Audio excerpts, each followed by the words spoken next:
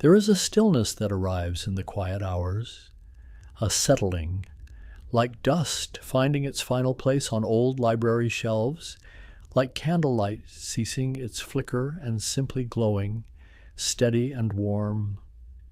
In that stillness, the mind does something curious.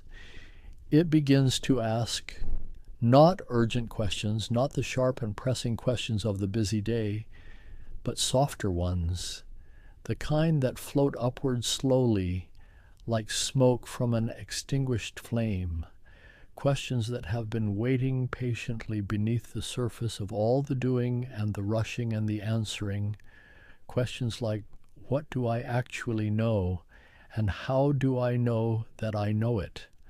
It is a particular kind of evening I am imagining now, the kind where the air outside has cooled just enough to feel like a gentle presence against the skin, where the last light of the day has dissolved into something deep and violet along the horizon, and the stars, one by one, are remembering themselves into view. I am sitting in a room lined with books, old ones, some of them, their spines soft and faded to colors like dried moss and pale ochre, and the quiet brown of river water in autumn. There are newer ones, too, their pages crisp, their ideas still finding their shape in the world.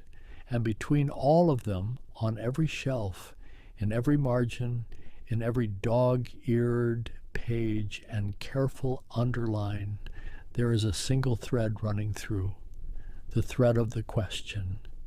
It is the oldest and most enduring question that human minds have ever turned themselves toward. Not the question of what exists exactly, though that comes close, but the question of how we can ever truly claim to know anything at all, and what it even means to say that we know. This is the country we are entering tonight, gently, without hurry, the way you might walk into a forest at dusk, aware of something larger than yourself, something ancient and patient, and quietly breathing all round you. The name given to this country, this whole vast territory of wondering, is epistemology. And it is a word worth sitting with for a moment before we go any further. Epistemology. It comes from the ancient Greek epistem, meaning knowledge, and logos, meaning reason or study, or the careful account of something. So at its most literal, epistemology is the study of knowledge itself, the philosophical discipline concerned with understanding what knowledge is, where it comes from, what its limits might be, and whether we can ever be truly certain of anything at all. It sounds perhaps like something impossibly abstract, something that belongs only in dusty lecture halls, in the mouths of people who use long words without apology. But when you slow down enough to feel the questions it is really asking, you find something quite different. You find something deeply, quietly personal, because every single day, without realizing it, without ever pausing to name it, every thinking person moves through the world, making constant, invisible decisions about what to trust, what to believe, what to hold with confidence, and what to hold more lightly, whose account of things to accept, and whose to question. When direct experience feels reliable, and when the senses themselves might be misleading us, we do this so automatically that it feels like breathing. But epistemology is the practice of pausing, of becoming, for a while, deliberately slow, of turning the light of attention not outward onto the world, but inward, onto the act of knowing itself.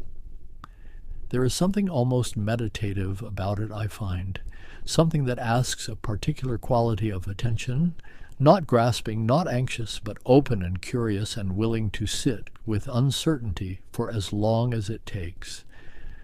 The room around me is quiet now. A clock somewhere is keeping its steady, unhurried count. Outside, the trees are standing in the darkness, completely still, or perhaps moving just slightly, a slow and gentle sway that is easy to miss if you are not paying soft attention. I think about the scholars who have walked this territory before, the ones who looked up at the same dark skies, felt the same peculiar vertigo that comes with wondering whether the world is really as it seems, and chose, instead of turning away from that vertigo, to lean into it, to make it their life's work. They lived in different eras, spoke different languages, came from different corners of the known world. Some sat in olive groves and debated beneath the warm Mediterranean sun. Some bent over manuscripts by lamplight in cold stone rooms. Some wrote in coffee houses full of argument and smoke. And some work in quiet offices today, tapping at keyboards, submitting papers to journals, attending conferences in unremarkable convention centers, still asking, after all of it, after all these centuries, what does it mean to know? The question has never been answered to everyone's satisfaction, and perhaps that is exactly as it should be, because the value of epistemology has never been solely in the answers it produces. It has always been just as much in the quality of thinking it cultivates, the habits of careful inquiry, the willingness to examine one's own assumptions, the intellectual humility that comes from sitting long enough with a hard question to feel its full weight. These are not small things. These are the very foundations of how we build reliable knowledge as a species, how science developed its methods, how courts of law learned to weigh evidence, how medicine moved from superstition towards something more systematically trustworthy, how ordinary people learned to think more clearly, more honestly, more carefully about the world they inhabit. All of it, has epistemology running quietly through its roots. And so tonight we trace that root. We follow it back and forward through time, through the minds of thinkers whose names are woven into the history of ideas, through debates that were never quite resolved and discoveries that changed everything, through the long, slow, luminous effort of human beings always trying to understand not just what is true, but how truth itself might be found. The candle in my mind burns low and warm. The shelves of books seem to lean inward slightly, companionable and patient, and the question, that ancient, drifting, beautiful question, opens before us like a long corridor of soft light. We begin. It begins, as so many of the deepest human stories do, in ancient Greece, in a world still young with wondering, still finding the words for its own astonishment, a world where the boundary between philosophy and everything else had not yet been drawn, because philosophy was simply what thoughtful people did when they looked at the world and felt the urge to understand it more honestly. The earliest Greek thinkers, the ones we sometimes call the pre-Socratics, meaning they came before the great turning point that Socrates himself would represent, were primarily concerned with the nature of the physical world, with what things are made of, with the underlying substance of reality. But even in those early attempts to describe the world, something epistemological was already happening beneath the surface.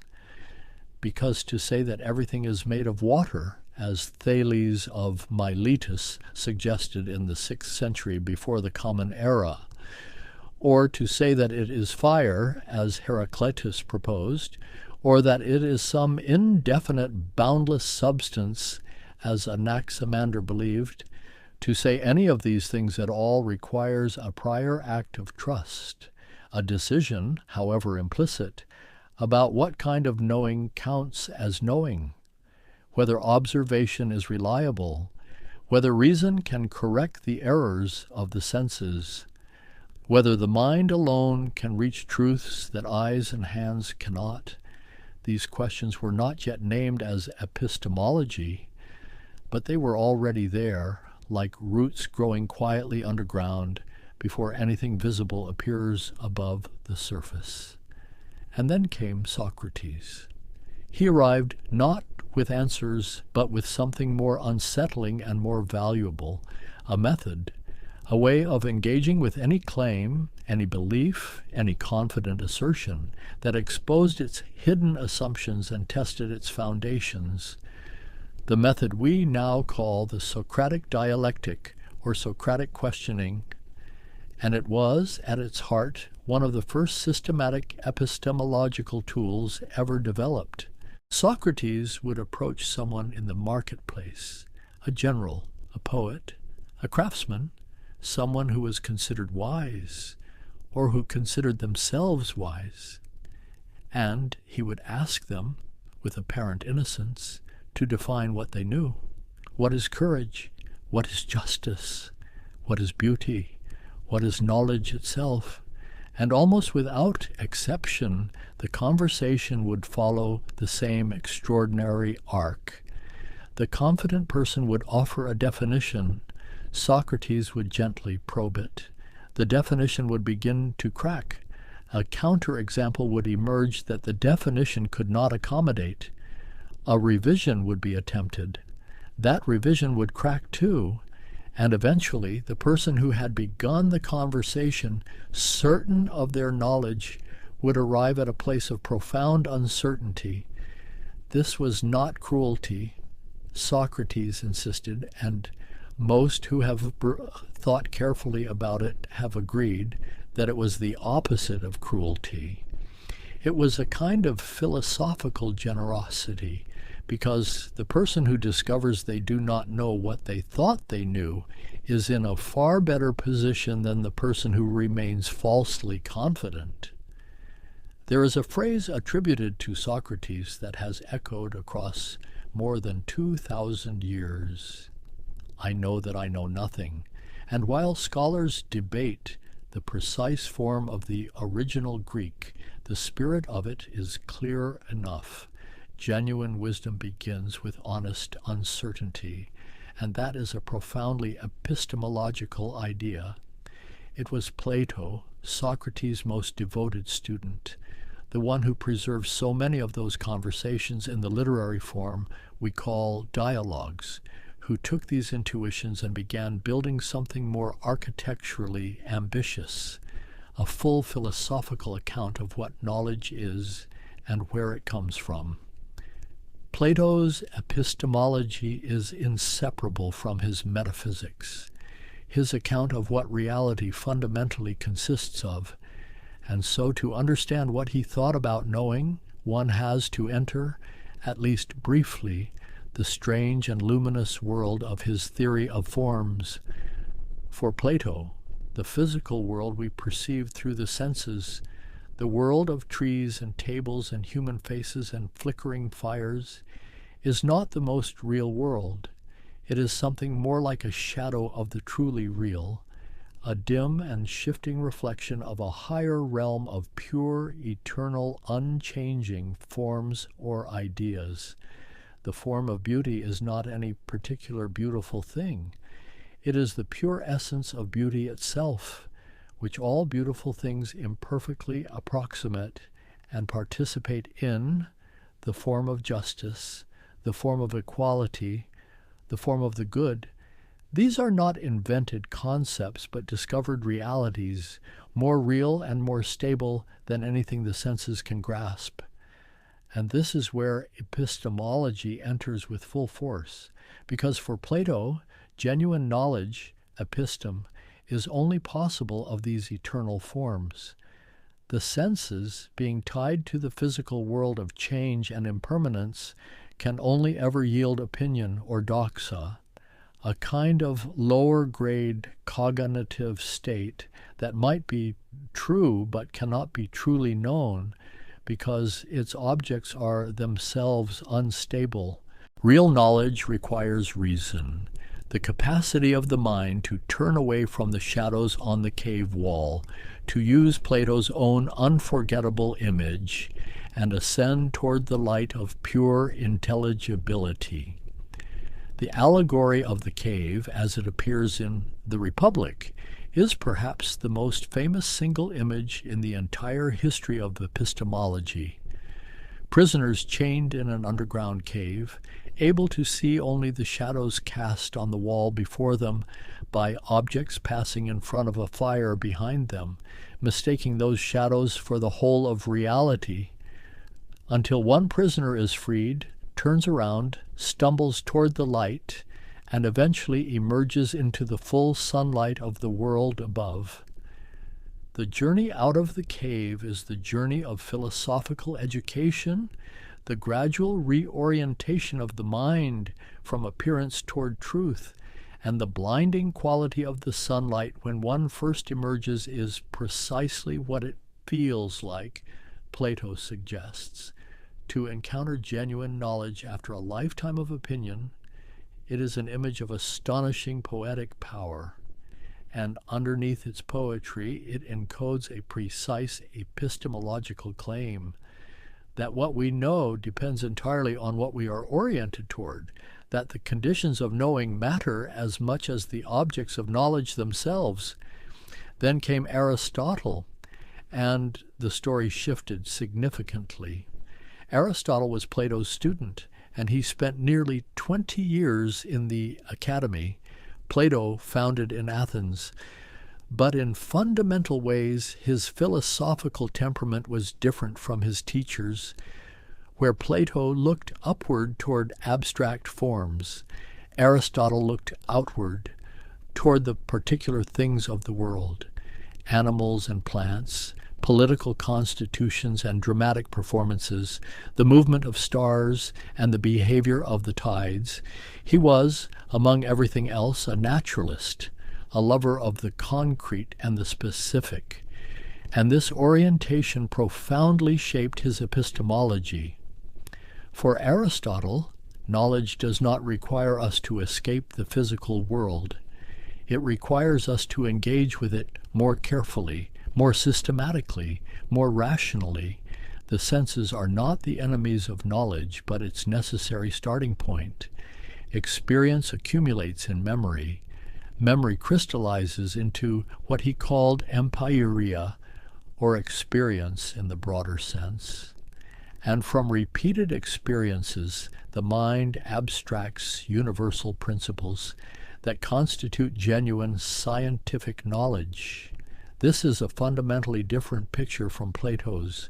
Knowledge does not arrive by turning away from the senses, but by processing what the senses give us through the operations of reason and careful observation. Aristotle also gave us something that would shape epistemology and intellectual life for more than 2,000 years.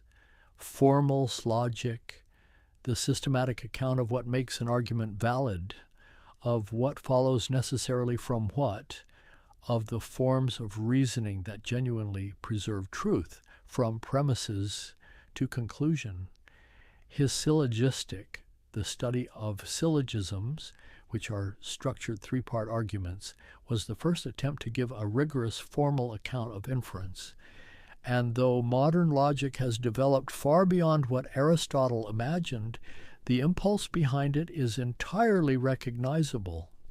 If we care about knowing things, we must care about reasoning correctly, and that requires understanding the forms that correct reasoning takes. This, too, is an epistemological contribution of enormous importance, not just a claim about what we know, but a tool for ensuring that how we move from one belief to another is genuinely trustworthy. And then, for a long stretch of time, centuries upon centuries, the conversation continued in ways that did not always carry the Greek names, but carried the Greek questions. The ancient world produced other significant epistemological thinkers. The skeptics, for instance, who pushed the uncertainty Socrates had planted into more radical territory, Thinkers like Pyrrho of Elis in the 3rd century before the Common Era, who argued that for every position an equally compelling counterposition could be found, that the senses contradict each other, that reason leads to paradox, that no criterion of truth could itself be verified without circular reasoning. The appropriate response for the Pyrrhonists was suspension of judgment, what they called epoche, a deliberate withholding of assent from any claim about how things really are, and, paradoxically, a kind of tranquility that comes from no longer being burdened by the need to be right. There is something beautiful about this position, even if it is ultimately difficult to maintain as a practical philosophy of life. It represents an honest reckoning with the genuine difficulty of the epistemological project, a refusal to paper over that difficulty with false confidence. Later, the Stoics would offer a different response, arguing that while perfect certainty might be elusive, there are some impressions so vivid, so forceful, so self-evidently accurate, that withholding assent from them would itself be a kind of unreason. They called these cataleptic impressions gripping impressions, and they became one of the earliest attempts to identify a criterion of knowledge, a standard by which true beliefs could be distinguished from false ones. This debate between the skeptics who doubted that any such criterion existed and the thinkers who believed some really reliable standard could be found is one of the central recurring tensions of the whole epistemological tradition, a tension that, as we will see, does not simply get resolved and left behind, but resurfaces again and again in new forms, in new centuries, in new languages. As the ancient world gave way to the long centuries of the medieval period, epistemology did not disappear. It transformed. It became deeply intertwined with theology, with questions about the relationship between faith and reason, revelation and philosophical inquiry.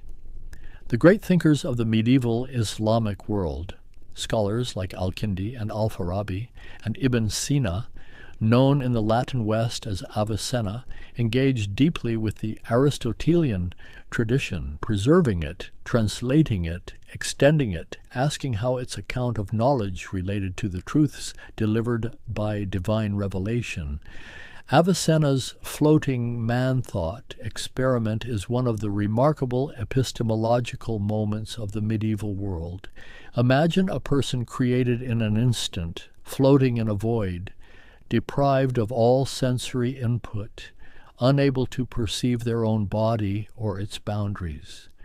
Would they still be aware of themselves? Would they still know, in some pure interior way, that they exist?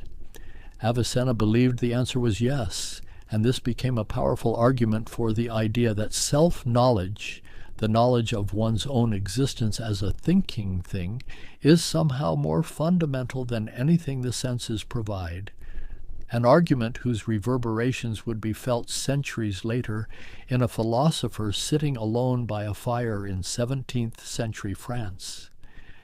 In the Latin Christian West, the interweaving of epistemology and theology reached its most elaborate expression in the work of Thomas Aquinas, who in the 13th century attempted one of the most ambitious intellectual syntheses in all of human history, a reconciliation of Aristotelian philosophy with Christian doctrine. For Aquinas, natural reason and divine faith were not opponents, but complements. The human intellect, working carefully through observation and logic, could arrive at genuine truths about the natural world and even about God. Revelation extended and completed what reason alone could reach, but did not contradict it. His epistemology drew heavily on Aristotle. Knowledge begins in sensory experience, is abstracted by the intellect into universal concepts, and built up through careful reasoning into systematic understanding. But it is all underwritten by a confidence that the human mind, as created by God in the image of divine reason, is genuinely equipped to know the world as it really is. This confidence, this fundamental trust in the fit between the human mind and reality, would be one of the things the next great upheaval of epistemological thinking would call into question. And that upheaval was coming, building slowly, as upheavals often do, through 100 small disturbances before the great break finally arrives. The world was changing. The recovery of ancient texts was accelerating, bringing back not just Aristotle, but the full richness of ancient skepticism. The voyages of exploration were revealing entire worlds that the maps of inherited knowledge had never accounted for. The first stirrings of what would become the scientific revolution were beginning to suggest that the methods of knowing the world might need to be rethought from the ground up. And somewhere in the late 16th century, a thinker who was also a statesman, a lawyer, and an essayist, a Frenchman named Michel de Montaigne, was sitting in a tower library of his own, surrounded by books, asking questions that felt old and new at once. Que sais-je? He wrote, "What do I know?" It is perhaps the most elegantly compressed epistemological question in all of European literature, 3 words carrying the weight of everything that had been thought and doubted before, and pointing forward, though Montaigne himself could not have known this, toward everything that was still to come. The candle burns a little lower. The room holds its stillness, and the story is only beginning to unfold. What Montaigne began with that quiet, devastating question, Descartes would attempt to answer with the full force of philosophical systematization, and the attempt would reshape epistemology so completely that everything before it would come to seem like prologue. René Descartes was a mathematician as much as a philosopher, and this matters deeply for understanding what he wanted from knowledge. He wanted the kind of certainty that mathematics provides, the inescapable, self-evident, luminously clear certainty of a proven theorem, where once you have followed the steps, you cannot doubt the conclusion without contradicting yourself. He wanted that quality of certainty not just for numbers and geometrical figures, but for everything, for the whole edifice of human knowledge, and he was willing to demolish whatever could not meet that standard. The method he chose was radical, deliberately, systematically radical. He would doubt everything that could possibly be doubted, not because he thought everything was false, but because he needed to find what, if anything, could survive the most rigorous skeptical assault imaginable, and whatever survived would be the bedrock on which genuine knowledge could be rebuilt. This is the famous method of Cartesian doubt, and it unfolds in the Meditations on First Philosophy, written in 1641 with a kind of slow, controlled drama that still has the power to unsettle a careful reader centuries later. First, Descartes doubts the senses. The senses have deceived him before. A straight stick appears bent in water. Distant objects appear small. The shape of things changes with the angle of observation.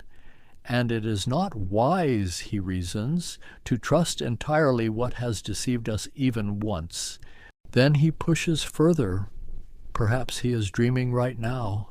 There is no internal test that reliably distinguishes a vivid dream from waking experience. And if he might be dreaming, then even the most apparently solid and immediate perceptions of the world around him cannot be trusted as windows onto reality. And then, in a move of breathtaking philosophical audacity, he pushes further still. He imagines the existence of an evil demon, a malanjani, a malicious genius of supreme power and cunning, whose sole purpose is to deceive him in every possible way, to make him believe in a world of tables and chairs and daylight and mathematics that does not actually exist, to corrupt even the operations of reason itself. Under this hypothesis, nothing is safe. Not the external world, not other people, not logic, not the truths of arithmetic. Everything becomes, at least hypothetically, deniable. And yet, in the very act of doubting, something remains. To doubt is to think, and to think is to be. Even the most powerful deceiver in the universe cannot make Descartes doubt without thereby confirming that Descartes exists as a thinking thing. Cogito ergo sum. I think, therefore I am. Perhaps the most famous 3 words in all of philosophy. This is the bedrock, the one certainty that survives the total demolition of everything else, the immediate, undeniable self-presence of the thinking mind to itself. From this single point of certainty, Descartes then attempts to rebuild the entire structure of knowledge through arguments about the nature of clear and distinct ideas, through a proof of God's existence, through the establishment of God's goodness, as a guarantee that the faculty of reason, when used correctly, is not systematically misleading.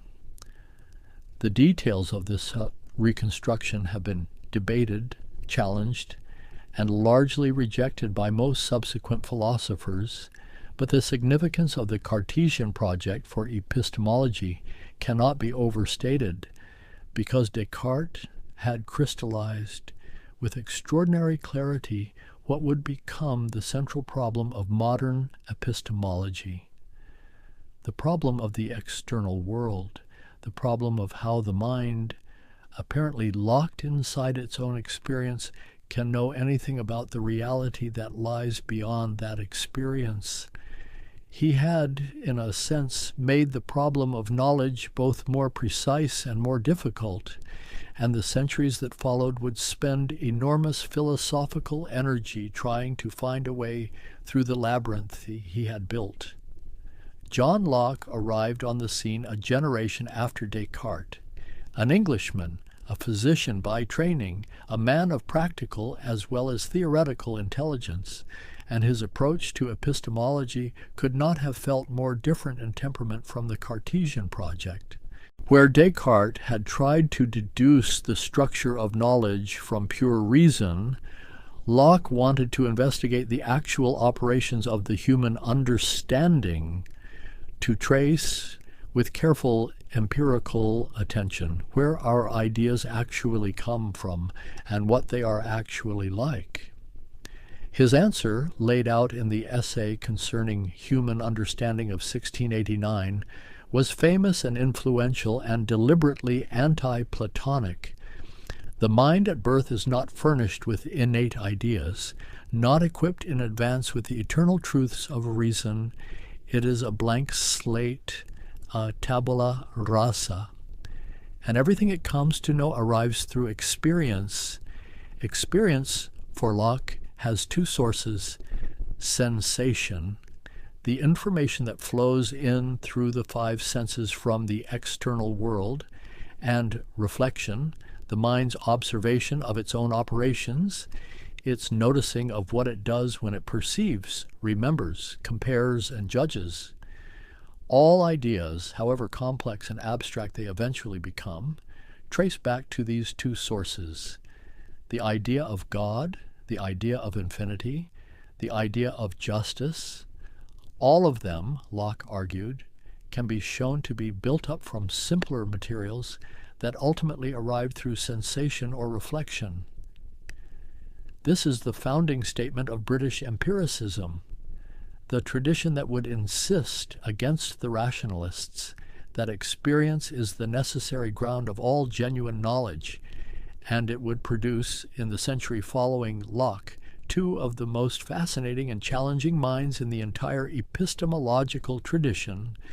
George Berkeley was the first, an Anglo-Irish bishop whose philosophy sounds, on first encounter, like something between mysticism and provocation.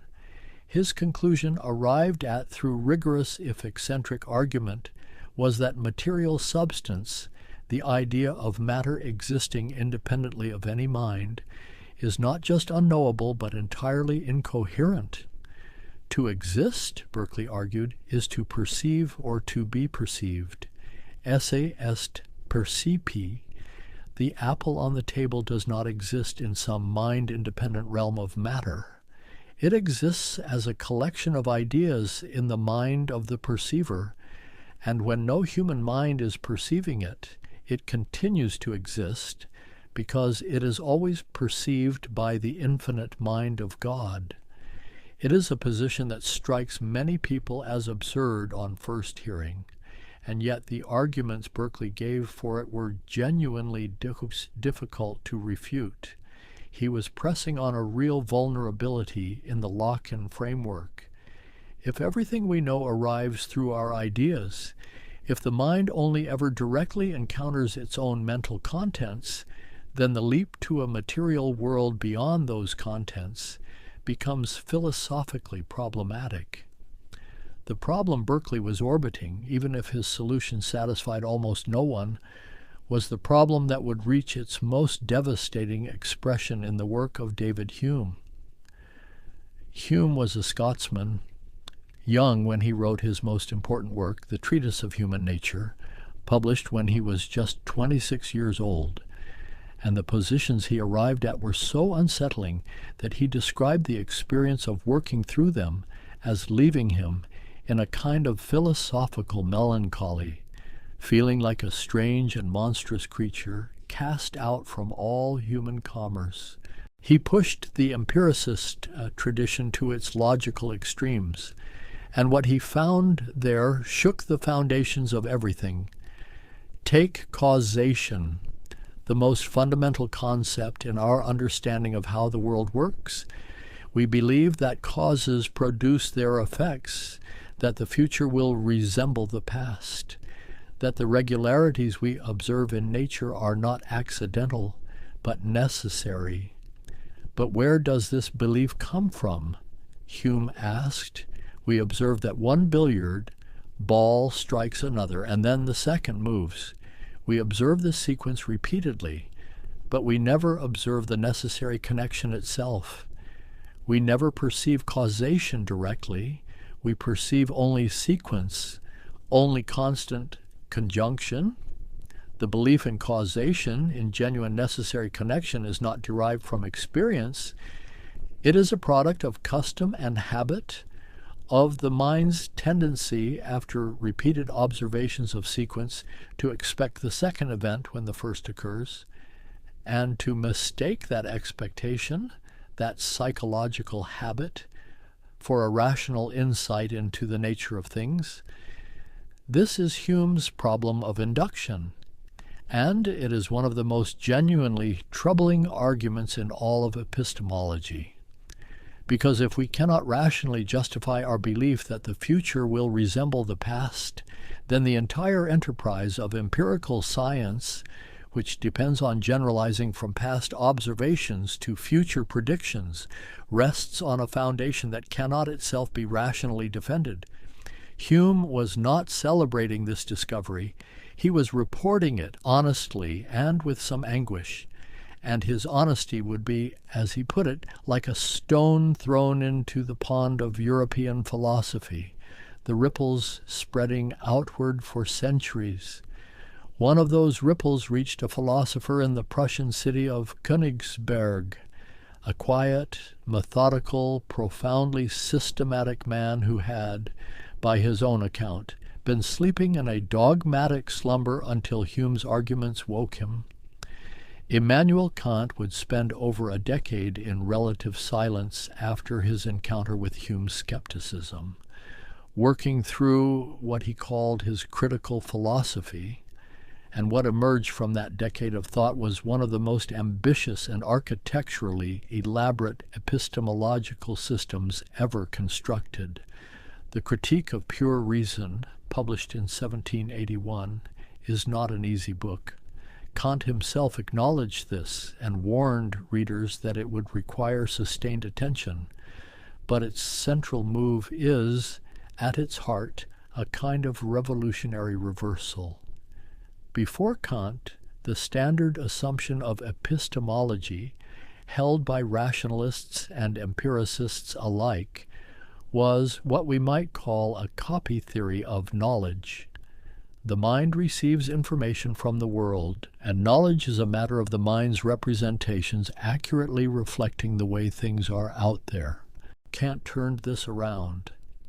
He proposed that the mind is not a passive receiver, but an active organizer, that it brings to experience a set of structures, what he called the forms of intuition and the categories of the understanding, that shape and organize the raw material of sensation into the world of experience as we know it.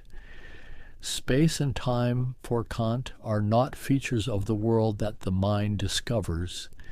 They are forms that the mind itself imposes on experience. They are the lens through which all experience is necessarily structured. Similarly, the concept of causation is not something we read off the world. It is one of the mind's own categories, a structural principle that the understanding applies to experience in order to make it intelligible. This is what Kant called his Copernican revolution in philosophy. Just as Copernicus had proposed that the sun does not move around the earth, but the earth moves around the sun, so Kant proposed that experience does not simply imprint itself on the mind, but that the mind itself structures experience. The consequence is both liberating and limiting. It explains why we can have genuinely necessary knowledge that is certain and universal, about mathematics and the principles of natural science, because these reflect the mind's own structural contributions to experience rather than contingent discoveries from outside. But it also means that the things as they are in themselves, independent of all human experience and all the structuring the mind imposes, are forever beyond our reach. What Kant called the Ding an sich, the thing in itself, is not knowable.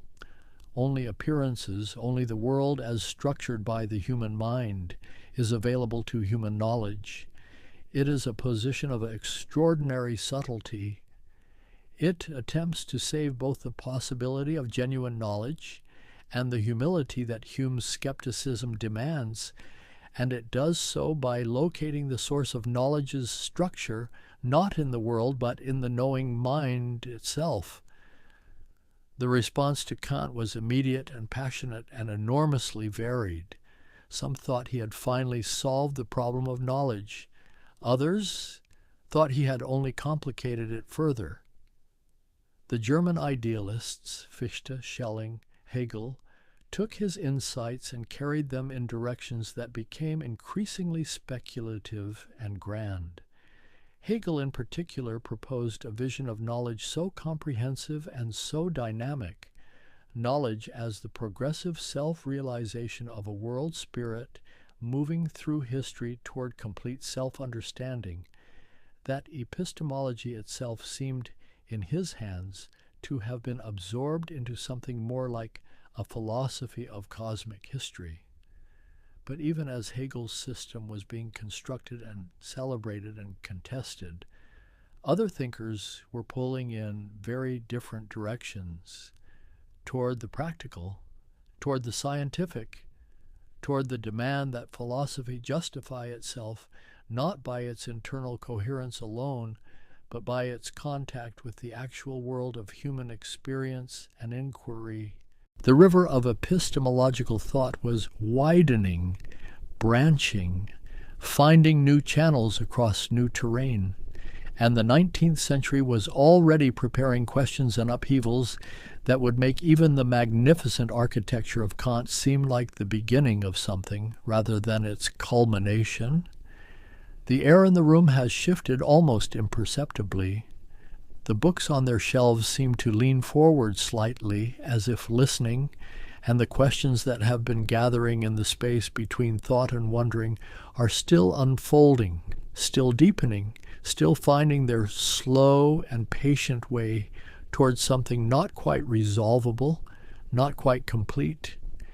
Into the 19th century the story moves, and the landscape of epistemology begins to shift in ways that feel less like the construction of grand cathedrals and more like the opening of many smaller, more specialized rooms, each one lit differently, each one asking its own particular version of the ancient question.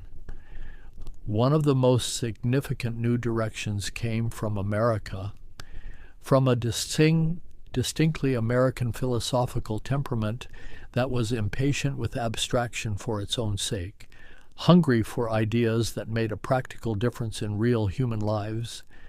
This was pragmatism, and its founding figures, Charles Sanders Peirce, William James, and later John Dewey, gave epistemology a new inflection that was both philosophically serious and refreshingly grounded.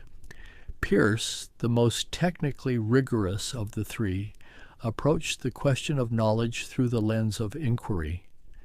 Genuine inquiry, he argued, begins with the irritation of doubt, not the artificial theatrical doubt of Descartes sitting by his fire and pretending to question everything, but the real lived experience of having a belief disrupted by something unexpected, something that does not fit the patterns of prior understanding. The purpose of inquiry is to resolve that doubt, to arrive at a stable belief that can guide action. And the truth, for Peirce, is what inquiry would converge upon in the long run, if conducted carefully and indefinitely. Truth is not a fixed, eternal thing waiting to be discovered. It is the limit toward which genuine investigation tends. This is a subtle and important shift. It relocates truth from a timeless realm of Platonic forms or divine guarantees into the living, social, ongoing process of human investigation itself. William James took these ideas and gave them a warmer, more psychological cast. He was interested in what beliefs do for the people who hold them, how they function in the stream of conscious experience. A belief is true, James proposed, if it works, if it proves itself useful and reliable in the ongoing business of navigating reality. This formulation shocked many European philosophers who heard in it a crude reduction of truth to mere usefulness.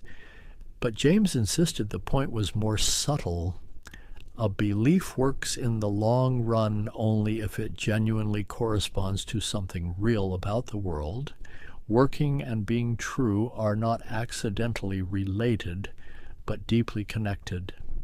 John Dewey extended these ideas into a comprehensive philosophy of the inquiry that he called instrumentalism. Knowledge is not a mirror held up to nature. It is a tool developed and refined through the interaction between organisms and their environments. Ideas are instruments for solving problems, and the test of any claim to knowledge is whether it successfully guides action in the face of real challenges. Dewey also brought epistemology into conversation with education and democracy, arguing that the same habits of careful experimental inquiry that characterize good science are also the habits of good citizenship, that a society of genuine knowers is also a society of genuinely free participants in their own collective life. This connecting of epistemology to social and political life was not entirely new. It had echoes going back at least to the Enlightenment, but Dewey gave it a particularly vivid and practical form, and it pointed towards something that would become increasingly central in the 20th century. Meanwhile, in Europe, a very different revolution in epistemological thinking was underway, one that came not from philosophy alone, but from the radical transformation of science itself. The late 19th and early 20th centuries witnessed upheavals in physics that made the comfortable assumptions of Newtonian mechanics, which had seemed like the triumphant vindication of human rational knowledge, suddenly seem contingent, approximate, and limited in ways no one had anticipated. The special theory of relativity, published by Albert Einstein in 1905, revealed that space and time are not the absolute fixed containers that Newton, and indeed Kant, had assumed. They are relative to the state of motion of the observer. Two events that are simultaneous for one observer may not be simultaneous for another. Then the quantum theory arrived, with its deeply unsettling implications that at the subatomic level, particles do not have definite positions and velocities simultaneously, that the act of measurement itself seems to influence what is measured, that the intuitive picture of a world of solid, determinate objects existing independently of observation breaks down in ways that no one has yet fully understood. These scientific developments threw epistemological questions into sharp new relief. If our best scientific theories describe a world that so thoroughly defies common sense intuition, if even space and time and causation turn out to be more strange and conditional than anyone had imagined, what does this tell us about the relationship between the human mind and reality? Into this charged atmosphere came the movement known as logical positivism, centered in Vienna in the 1920s and 30s, gathering around what became known as the Vienna Circle, a group of philosophers, mathematicians, and scientists who wanted to forge a rigorous, scientifically respectable epistemology. Their central weapon was what they called the verification principle. A statement is meaningful, they argued, only if it is either analytically true by definition, as in mathematics and logic, or empirically verifiable, capable of being tested against experience. Statements that fail both tests, metaphysical claims about God, the soul, the ultimate nature of reality, the meaning of life, are not false but meaningless, not wrong answers to genuine questions, but pseudo-statements that only appear to say something. It was a position of fierce intellectual austerity, and it had a certain bracing clarity, but it also ran into problems that proved, in the end, fatal. The verification principle itself turned out to be difficult to verify by its own standard, and the attempt to give a precise account of what empirical verification actually consists in opened an enormous literature of technical problems that resisted clean solution. Karl Popper, who was associated with the Vienna Circle, but also deeply critical of it, proposed an alternative. His criterion was not verification, but falsification. A genuine scientific claim is not one that can be verified, but one that can, in principle, be shown false by evidence. It makes a definite prediction that could turn out to be wrong. And science progresses not by confirming theories, but by boldly conjecturing them and then rigorously attempting to refute them. This is the epistemology of conjectures and refutations. Knowledge as a series of bold hypotheses, perpetually exposed to the tribunal of experience, advancing not toward certainty, but toward theories that have so far survived every attempt to bring them down. Popper's vision was one of perpetual intellectual humility. No theory, however successful, should be regarded as finally proven. And the willingness to expose one's ideas to potential refutation is the mark of a genuine rational integrity. These ideas were enormously influential, but even as they spread, another set of challenges was building that would reshape epistemology in ways even Popper had not anticipated. In 1963, a philosopher named Edmund Gettier published a paper of remarkable brevity, just 3 pages, that nonetheless sent tremors through the entire field. For centuries, the standard philosophical definition of knowledge had been what was called the JTB account, justified true belief. To know something is to believe it, to be right in believing it, and to have good reasons for believing it. Gettier constructed simple, elegant counterexamples showing that this cannot be the whole story. Cases where a person has a belief that is both justified and true, and yet something is clearly wrong with calling it knowledge. Imagine someone who looks at a clock on the wall and forms the justified belief that it is 2:30, and it is, in fact, 2:30, but what if the clock stopped exactly 12 hours ago, and the person happens to be looking at it at the precise moment when the stopped clock displays the correct time? They have a justified true belief, but they do not know what time it is. They are right only by accident. And knowledge, it seems, cannot merely be accidental rightness. This small paper opened what philosophers came to call the Gettier problem, and the attempts to solve it, to add a fourth condition, or to revise the analysis altogether generated decades of intricate philosophical work and no consensus solution, a reminder that even the most ancient and apparently settled questions have the capacity to suddenly crack open again. Around the same time, a philosopher and historian of science named Thomas Kuhn was working on a book that would change not just epistemology, but the public understanding of science itself. The Structure of Scientific Revolutions, published in 1962, proposed that science does not advance simply by the steady accumulation of facts or even by Popperian refutation and replacement. It moves through periods of normal science, where researchers work within an accepted framework or paradigm, solving puzzles it defines, punctuated by occasional revolutionary crises, where anomalies accumulate until the whole framework breaks down and is replaced by a new one. The shift from Newtonian mechanics to Einsteinian relativity was not just a matter of discovering new facts. It involved a wholesale reconception of what the basic entities and categories of physics are.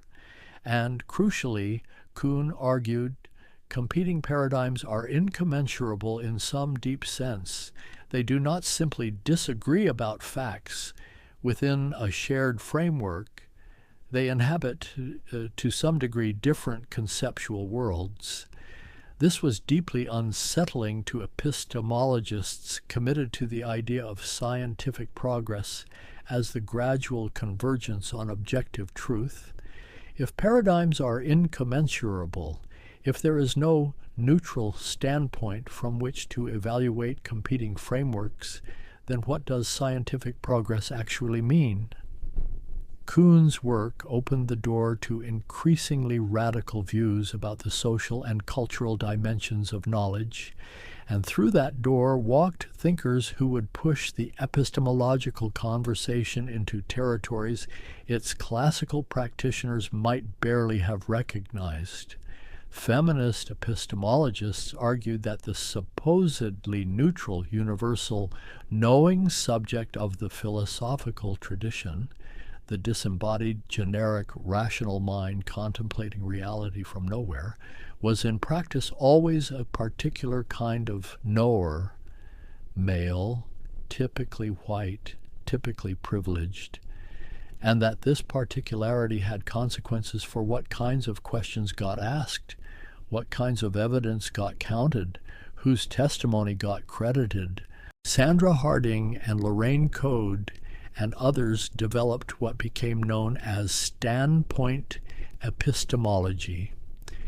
The idea that knowledge is always produced from a particular social location, and that certain standpoints, particularly those of people whose experiences have been marginalized or ignored, can provide epistemic advantages in perceiving aspects of reality that the dominant standpoint systematically misses. This is not the claim that all perspectives are equally valid. It is the more nuanced claim that where you stand shapes what you can see, and that acknowledging the situated nature of all knowledge-making is not a retreat from rigor, but a condition of it. Social epistemology, more broadly, turned attention to the ways in which knowledge is not merely an individual achievement, but a collective one. We are all, in our knowing, deeply dependent on vast networks of testimony, expertise, and institutional practice. The question of who to trust, whose testimony to credit, how to distribute epistemic authority and responsibility across a community, these became central epistemological questions in their own right.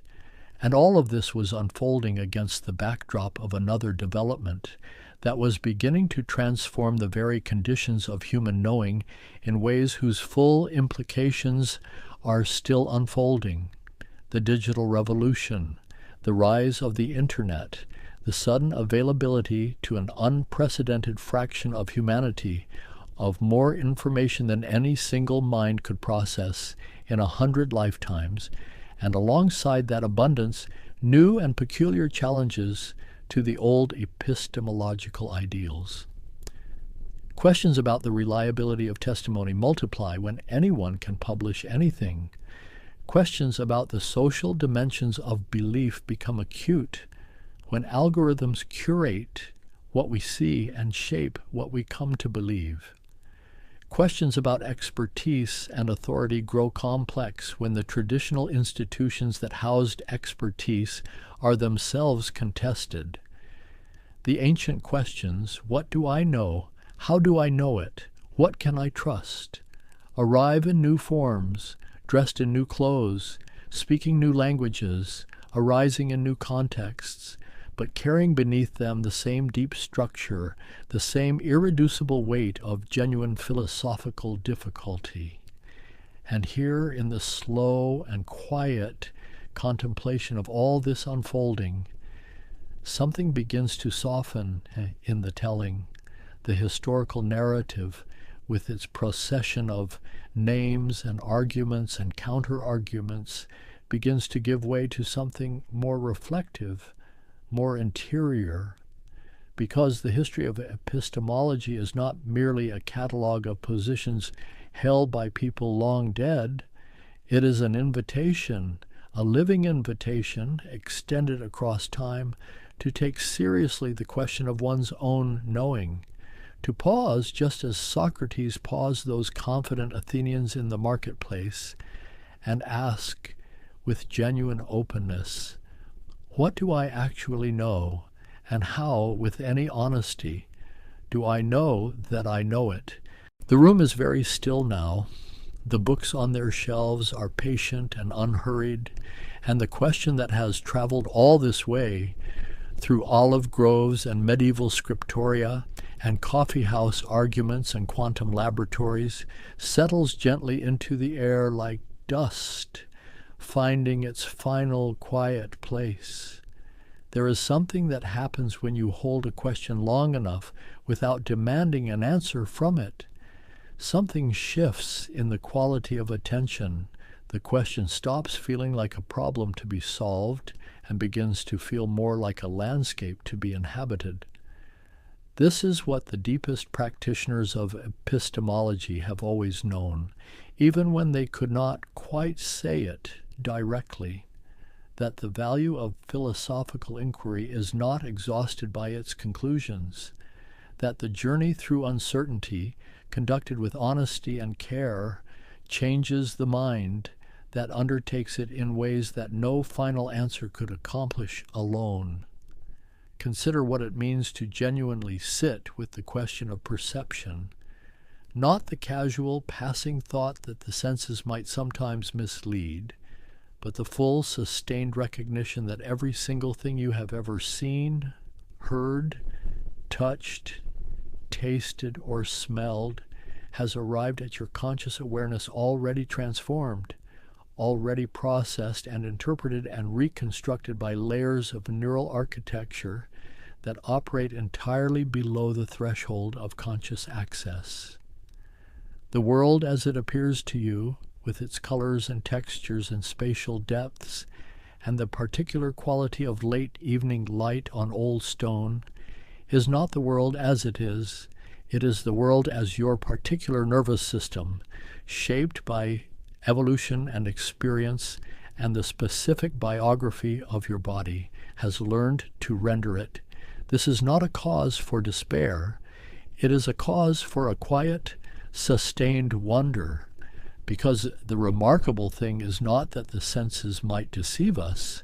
The remarkable thing is that given all the transformation and interpretation that stands between the world and our experience of it, we manage to navigate reality as well as we do, that the maps our minds construct are reliable enough to live by, that the human mind, working with incomplete and already interpreted data, has built cathedrals and composed symphonies and developed vaccines and written poetry that makes other minds ache with recognition.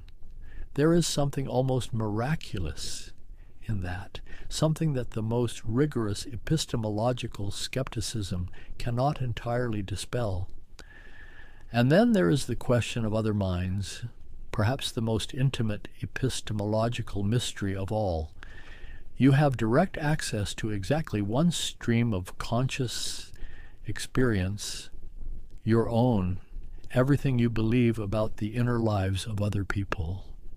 Their feelings, their thoughts, their experience of the color blue, or the taste of cold water, or the particular texture of grief, is inference, is analogy, is the projection of your own experience onto beings who might, in principle, be arranged entirely differently inside.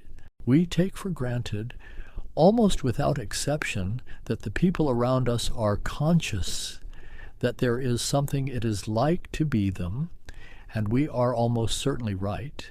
But the grounds for this certainty are more epistemologically complex than they first appear. We believe in other minds not because we can prove their existence by strict logical argument. Philosophers have tried, and the arguments are always somewhat unsatisfying, but because the alternative is a kind of solipsism so contrary to every natural instinct and every coherent way of living that we cannot seriously entertain it, we believe in other minds the way we believe the sun will rise tomorrow.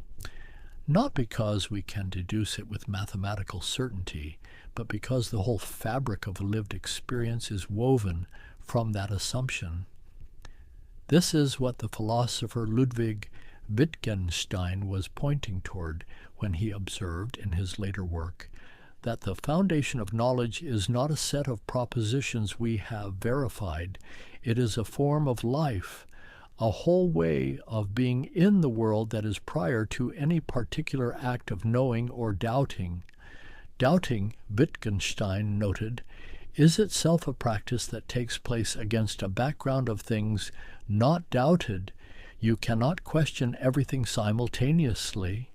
The very act of questioning requires a framework of assumptions stable enough to support the question, and that framework is not chosen or verified, it is inhabited. This thought has a particular quality of stillness to it, a quality that feels almost like permission to stop demanding that knowledge rest on foundations of absolute certainty, and to recognize instead that human knowing is always already embedded in a world of practice and relationship and trust that no skeptical argument can entirely reach. There is also the question of what knowing does to the knower, how the act of understanding changes the one who understands. This is something the cognitive scientists and neuroscientists have begun to explore in ways that would have fascinated the ancient philosophers. Every time you learn something genuinely new, not just adding a fact to a mental list, but actually reorganizing your understanding of how something works, the physical structure of your brain changes. Synaptic connections are formed and strengthened. Patterns of activation are reshaped. The knowing is not stored somewhere separate from the knower, but woven into the very tissue of who the knower is.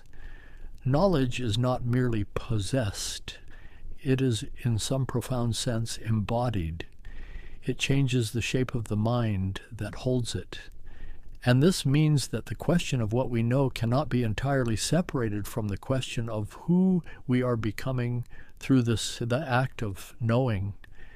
The philosopher of science Michael Polanyi captured something of this with his concept of tacit knowledge, the vast reservoir of know-how and understanding that skilled practitioners carry in their hands and bodies and intuitions, the knowledge that a master craftsman has about the resistance of wood under the plane, that an experienced clinician has about the subtle signs that distinguish one condition from another, knowledge that cannot be fully articulated in explicit propositions, that exceeds any verbal account that could be given of it.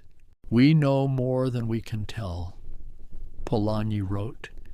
And this simple observation opens a depth in the concept of knowledge that purely propositional accounts cannot reach.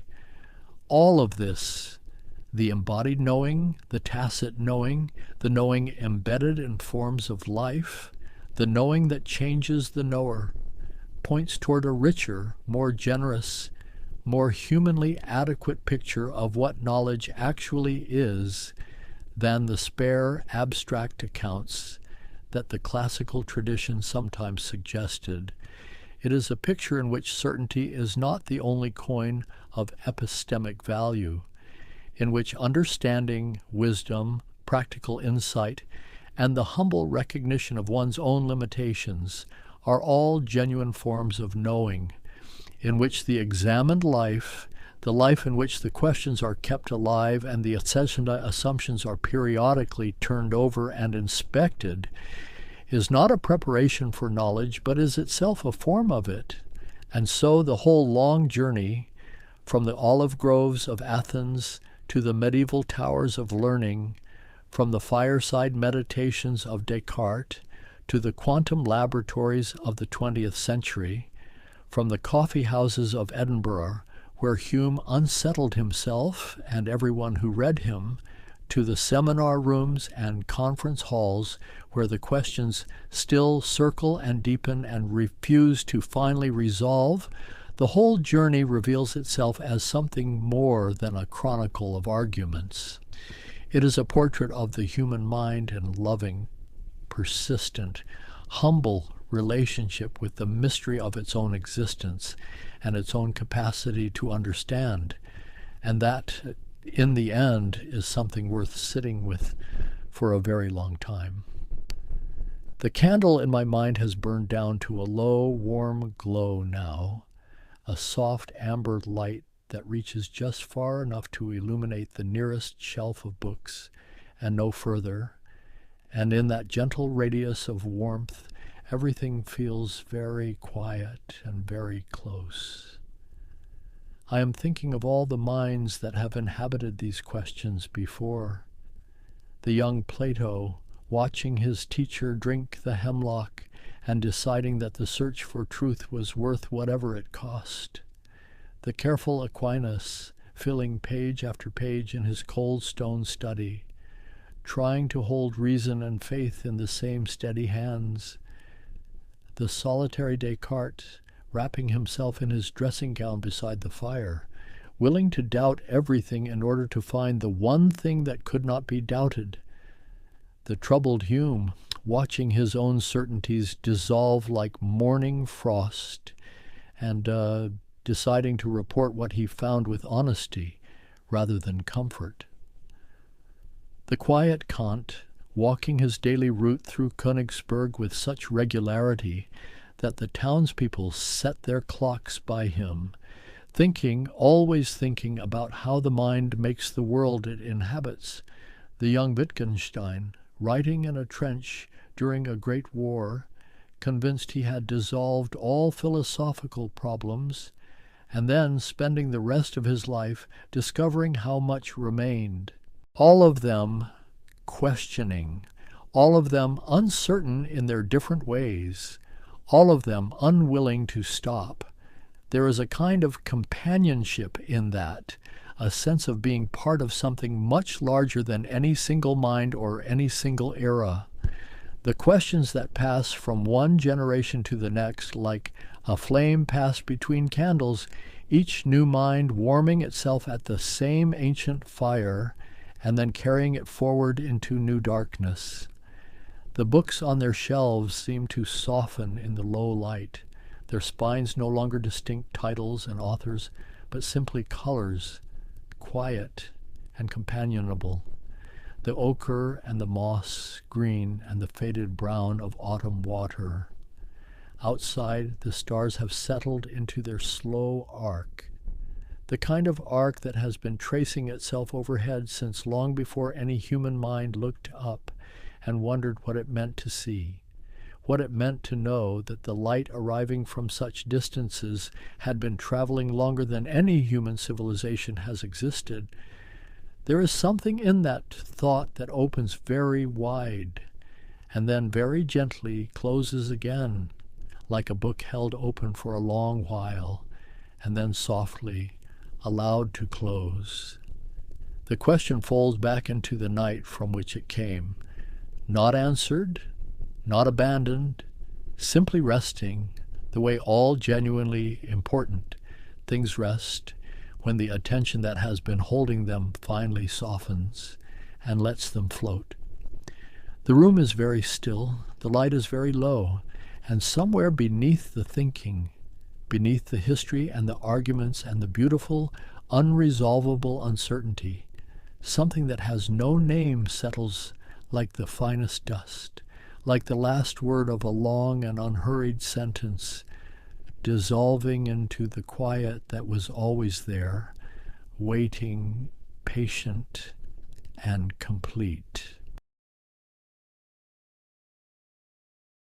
There is a stillness that settles over the land when the sun begins its slow descent, a particular kind of quiet that seems to rise from the earth itself. And in that quiet there is memory, long before the arrival of tall ships with canvas sails, long before the drawing of borders or the naming of states.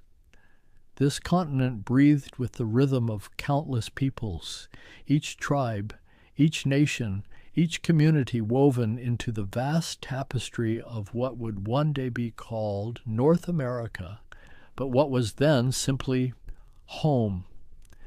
The land itself tells stories, if one knows how to listen, stories written in the curves of ancient rivers, in the shadows of mountain ranges that have watched over valleys for millennia, in the wind that moves through prairie grass, the way it has moved for thousands upon thousands of years, from the frozen reaches of the Arctic, where ice meets sky in an endless communion of white and blue, down through forests so dense that sunlight filters through the canopy in thin golden threads, across plains that stretch beyond the horizon like a great breathing sea of earth and grass, to the southwestern deserts where stone formations rise like cathedrals built by time itself.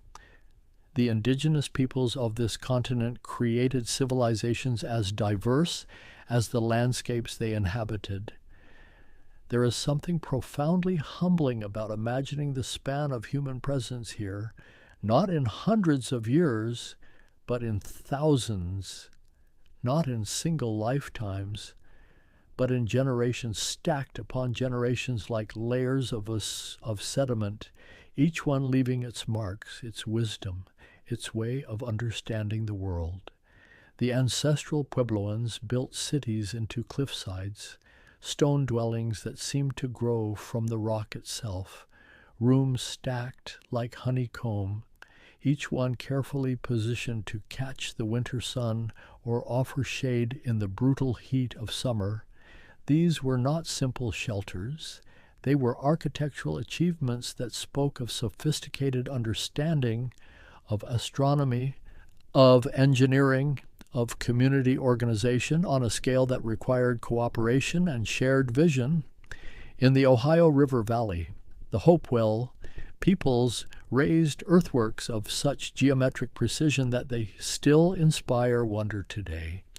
Great mounds rising from flat ground, some shaped like animals when viewed from above. Others arranged in perfect circles and octagons, aligned with celestial events, the equinoxes, the solstices, markers of time and ceremony that connected the people to the movements of sun and moon and stars. The Haudenosaunee, known also as the Iroquois Confederacy, developed a system of governance so thoughtful, so balanced in its approach to collective decision-making, that it would later influence democratic principles far beyond their original territory. The great law of peace, a constitution held in memory and passed through oral tradition, spoke of unity among different nations, of checks and balances, of the importance of consensus and the responsibility to consider 7 generations into the future when making decisions that would affect the people. Along the Pacific Northwest coast, where mountains meet ocean and rivers thick with salmon cut through ancient forests, the peoples there, the Tlingit, the Haida, the Kwakwaka'wakw, and so many others, created art of stunning complexity.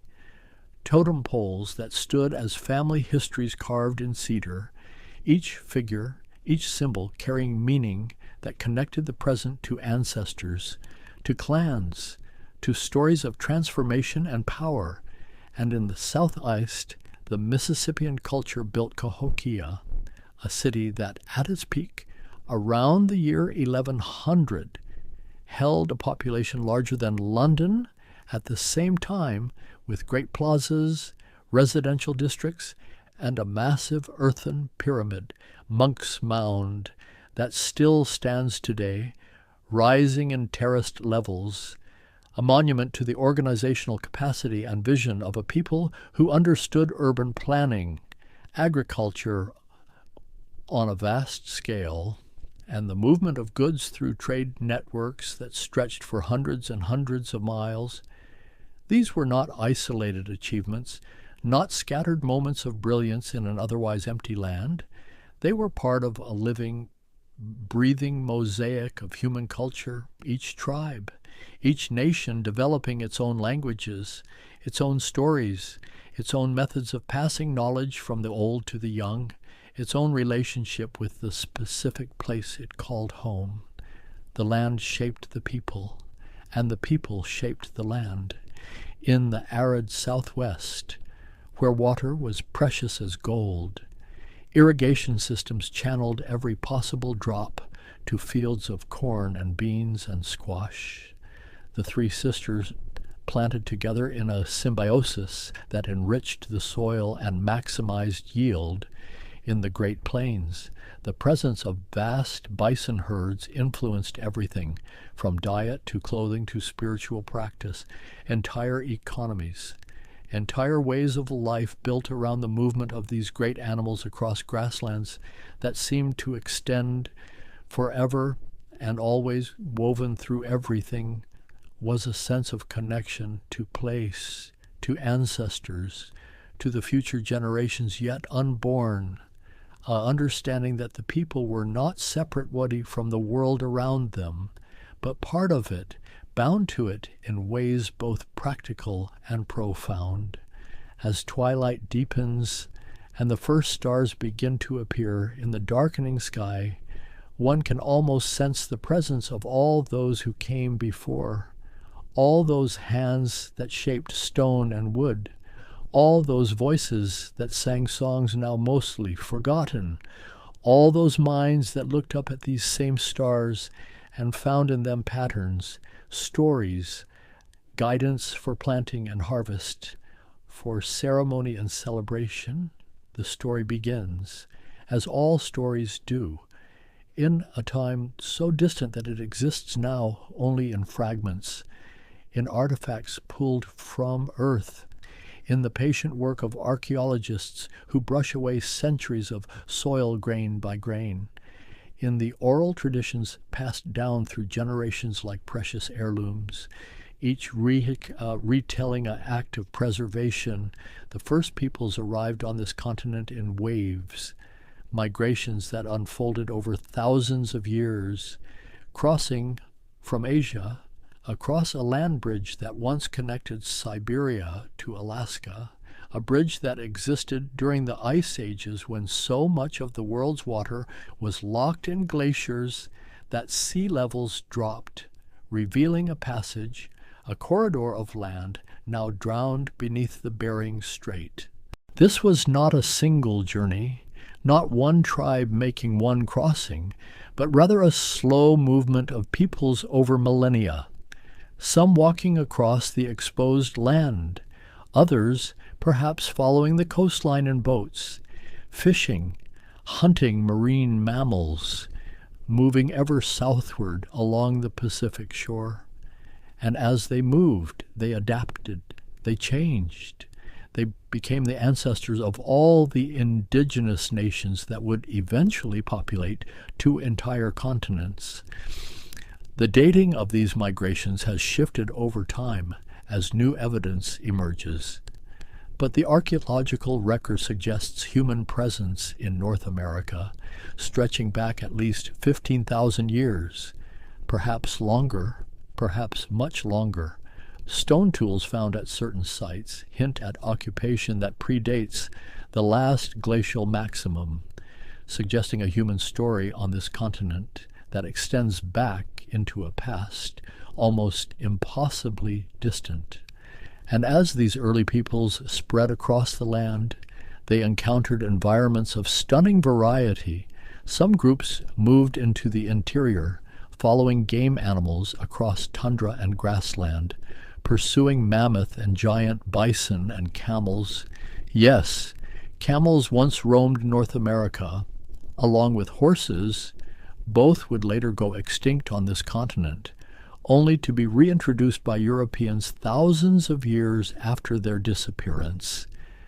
The Clovis people, named for the distinctive spear points first discovered near Clovis, New Mexico, represent one of the earliest widespread cultures. Their characteristic stone points, carefully flaked and shaped, have been found across much of North America, dating to roughly 13,000 years ago.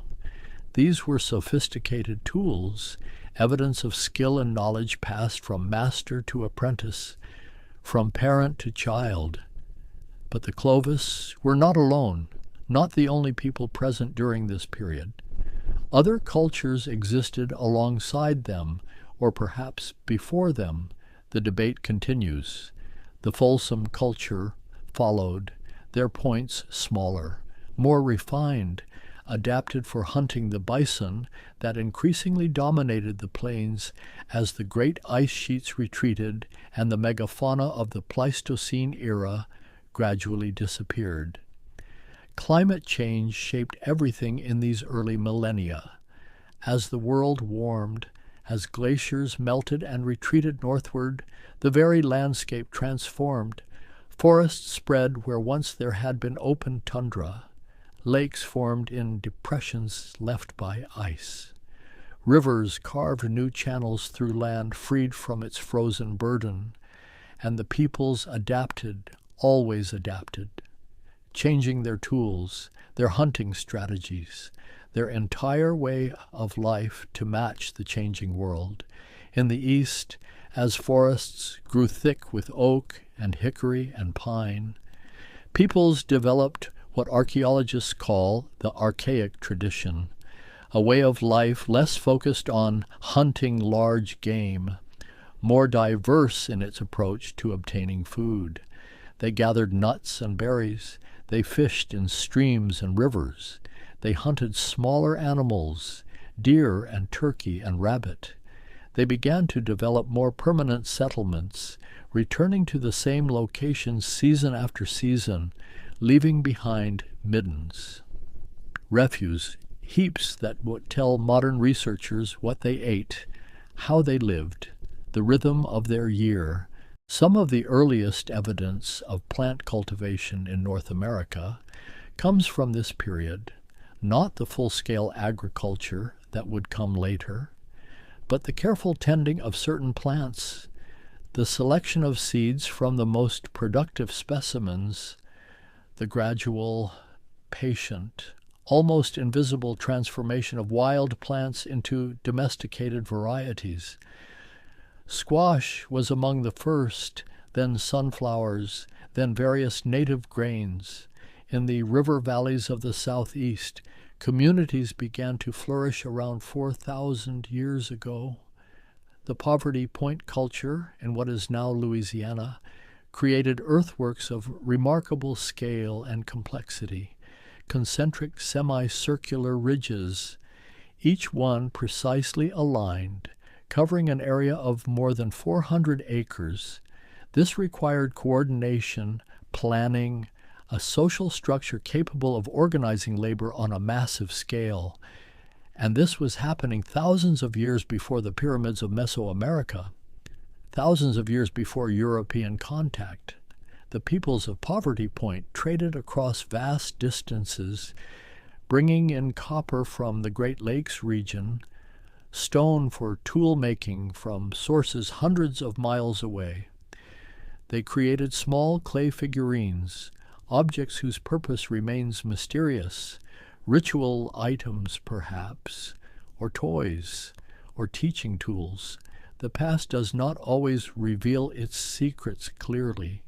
As centuries accumulated into millennia, distinct regional cultures emerged, shaped by the specific environments they inhabited. In the arid Southwest, the Cochise culture developed strategies for survival in a landscape where water was scarce and the sun beat down with relentless intensity.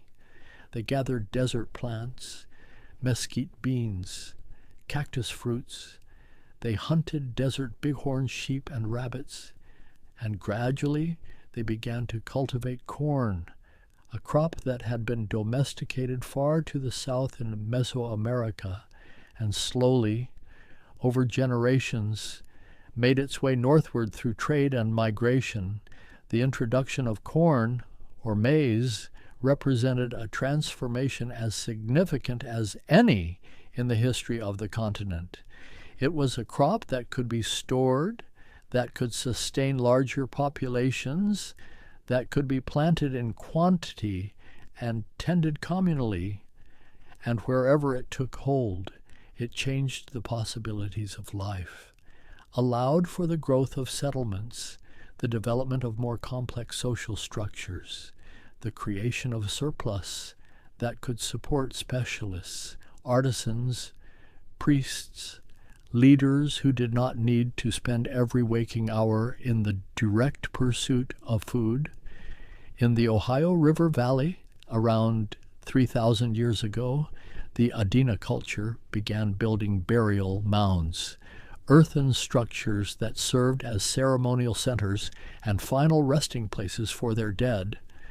Some of these mounds were simple, others elaborate, containing grave goods, copper bracelets and gorgets, shells brought from the Gulf Coast, mica cut into intricate shapes, evidence of trade networks and belief systems that valued certain materials, certain forms, certain ways of honoring those who had passed from this world.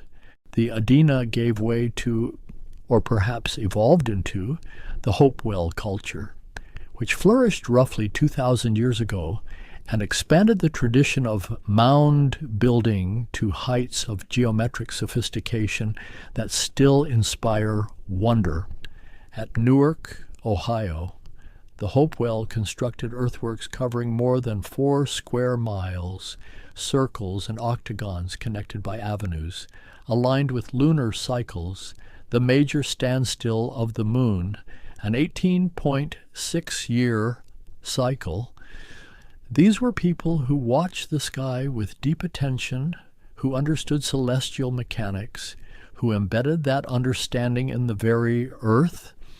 The Hopewell trade network stretched from the Rocky Mountains to the Atlantic, from the Great Lakes to the Gulf of Mexico, obsidian from Yellowstone, shells from the Gulf, copper from Lake Superior, mica from the Appalachians, all flowing along rivers and ancient trails to the ceremonial centers of the Ohio Valley, where artisans transformed these raw materials into objects of stunning beauty, copper birds and serpents hammered into thin sheets, mica cut into the shapes of human hands, bear claws, talons. And while the Hopewell built their earthworks in the east, in the southwest, the ancestors of the Pueblo peoples were making their own transition from a mobile hunting and gathering life to one increasingly centered on agriculture and permanent villages. The basket maker culture, named for their exceptional skill in weaving, created the foundation for what would become the ancestral Puebloan civilization. They lived in pit houses at first, dwellings partially excavated into the earth, with roofs of wood and mud rising above ground level. These houses clustered together in small villages, and the people grew corn and squash and beans. They wove baskets so tightly they could hold water. They created sandals from yucca fiber. They buried their dead with care, with offerings, with objects meant to accompany them on whatever journey lay beyond. Around the year 700 or 800, a shift occurred. The basket maker peoples began building above-ground structures of stone and adobe, pueblos, apartment-like complexes that could house dozens or even hundreds of people. This was the beginning of the Puebloan tradition, a way of life that would produce some of the most remarkable architecture in ancient North America, cliff dwellings tucked into canyon walls, great houses rising multiple stories, kivas, circular ceremonial chambers sunk into the earth, each one a connection point between the world above and the world below. Water management became central to survival in the arid Southwest.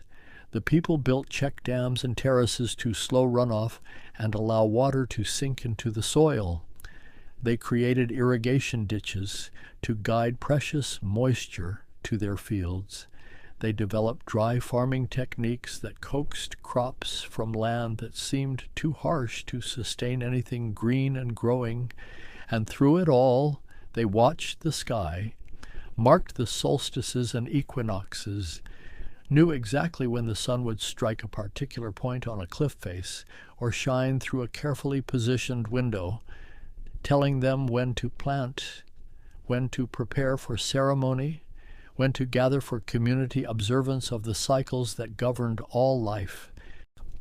In the great river valleys of the Mississippi and its tributaries, a different kind of civilization was emerging, one that would build the largest pre-Columbian city north of Mexico, a metropolis that rivaled the great urban centers of medieval Europe in both size and sophistication.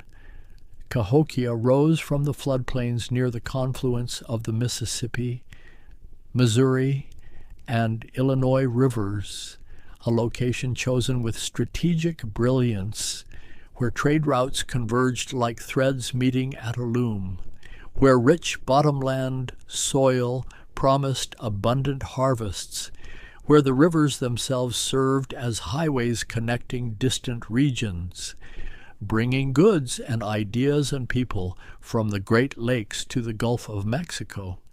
The city's growth accelerated around the year 1000, and within a century, perhaps 10,000 people lived within the urban core, with another 20,000 or more in the surrounding communities.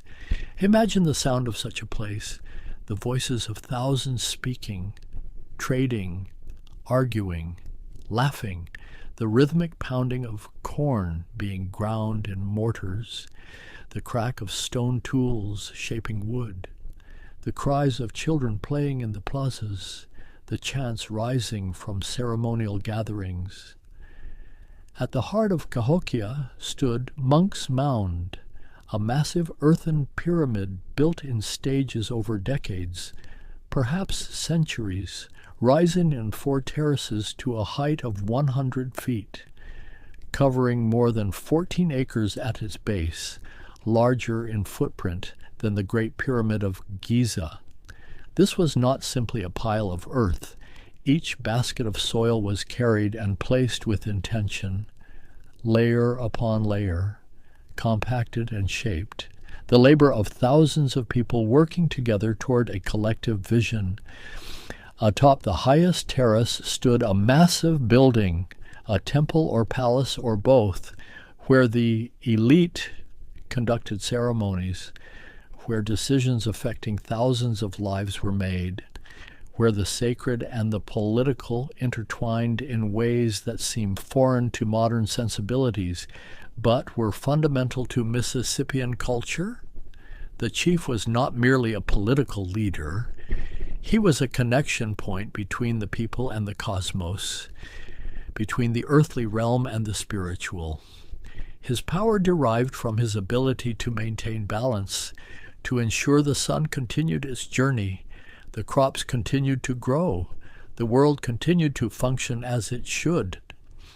Surrounding Monk's Mound, the city spread out in a planned arrangement that spoke of sophisticated urban design, residential neighborhoods, craft production areas, elite compounds, and more than 100 smaller mounds, some serving as platforms for important buildings, others as burial sites for the honored dead. The entire complex was oriented to the cardinal directions, aligned with solar and lunar events, a city built not just for practical purposes, but as a reflection of cosmological order. The Grand Plaza stretched out from Monk's Mound, a vast open space where thousands could gather for ceremonies, for games, for the communal events that bound the population together. Archaeologists have found evidence of a massive pole structure and a circle of tall wooden posts, now called Woodhenge, positioned to mark the solstices and equinoxes, a calendar built into the landscape itself, telling the people when to plant, when to harvest, when to prepare for the turning of seasons. Cahokia's influence extended far beyond its immediate vicinity. The distinctive shell-tempered pottery of the Mississippian culture, the platform mounds, the entire complex of symbols and practices spread up and down the river valleys. Communities from Wisconsin to Louisiana adopted elements of Cahokian culture, built their own mounds, participated in trade networks that brought marine shells from the Gulf, copper from Lake Superior, mica from the Appalachians, galena for pigments, exotic stones for ceremonial objects.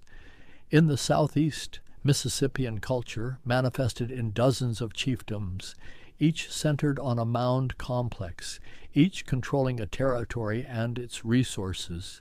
Moundville in Alabama, Etowah in Georgia, Spiro in Oklahoma, these were not colonies of Cahokia, but rather independent polities that shared a common cultural framework, a way of organizing society that proved remarkably successful for centuries.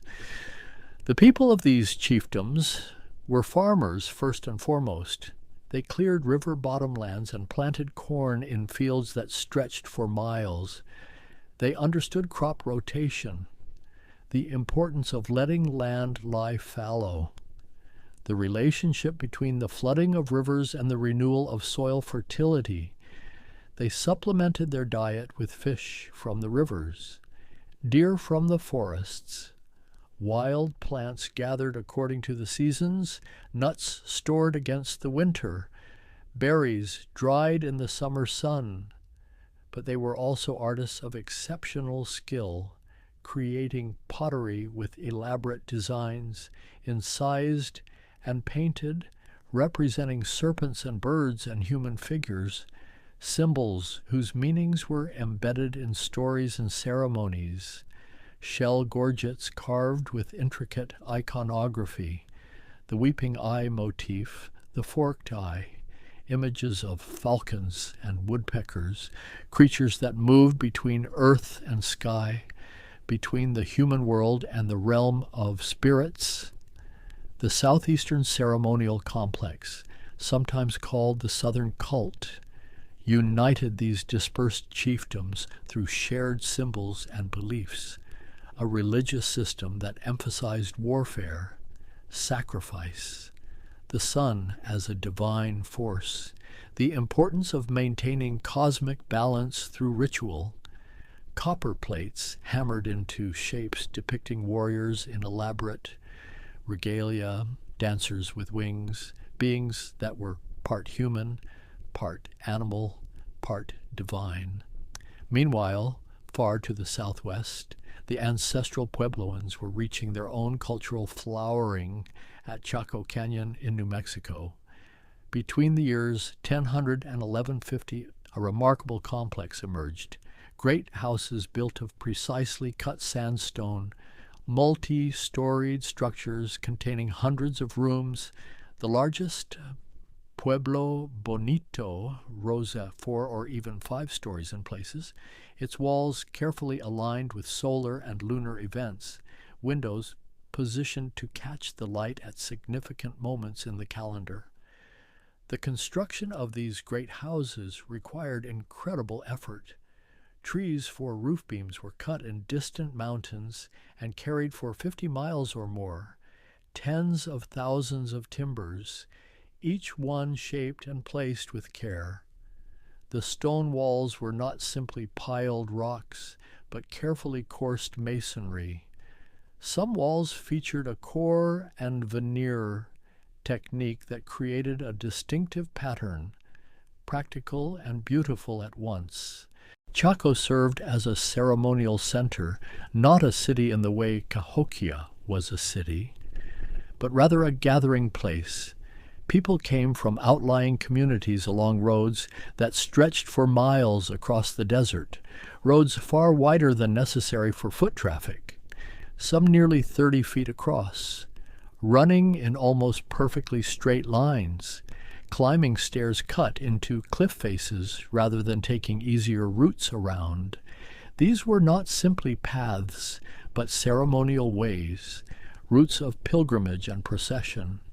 Within the great houses, kivas offered spaces for ceremony and community gathering. The great kiva at Kettle measured more than 60 feet in diameter, sunk deep into the earth, its floor features and wall niches arranged according to principles both practical and symbolic. Here, in the firelight, stories were told, songs were sung, rituals were performed that connected the people to their ancestors, to the spirits of place, to the forces that governed rain and harvest and the continuation of life, the ancestral Puebloans developed sophisticated astronomical knowledge at Fajada Butte in Chaco Canyon.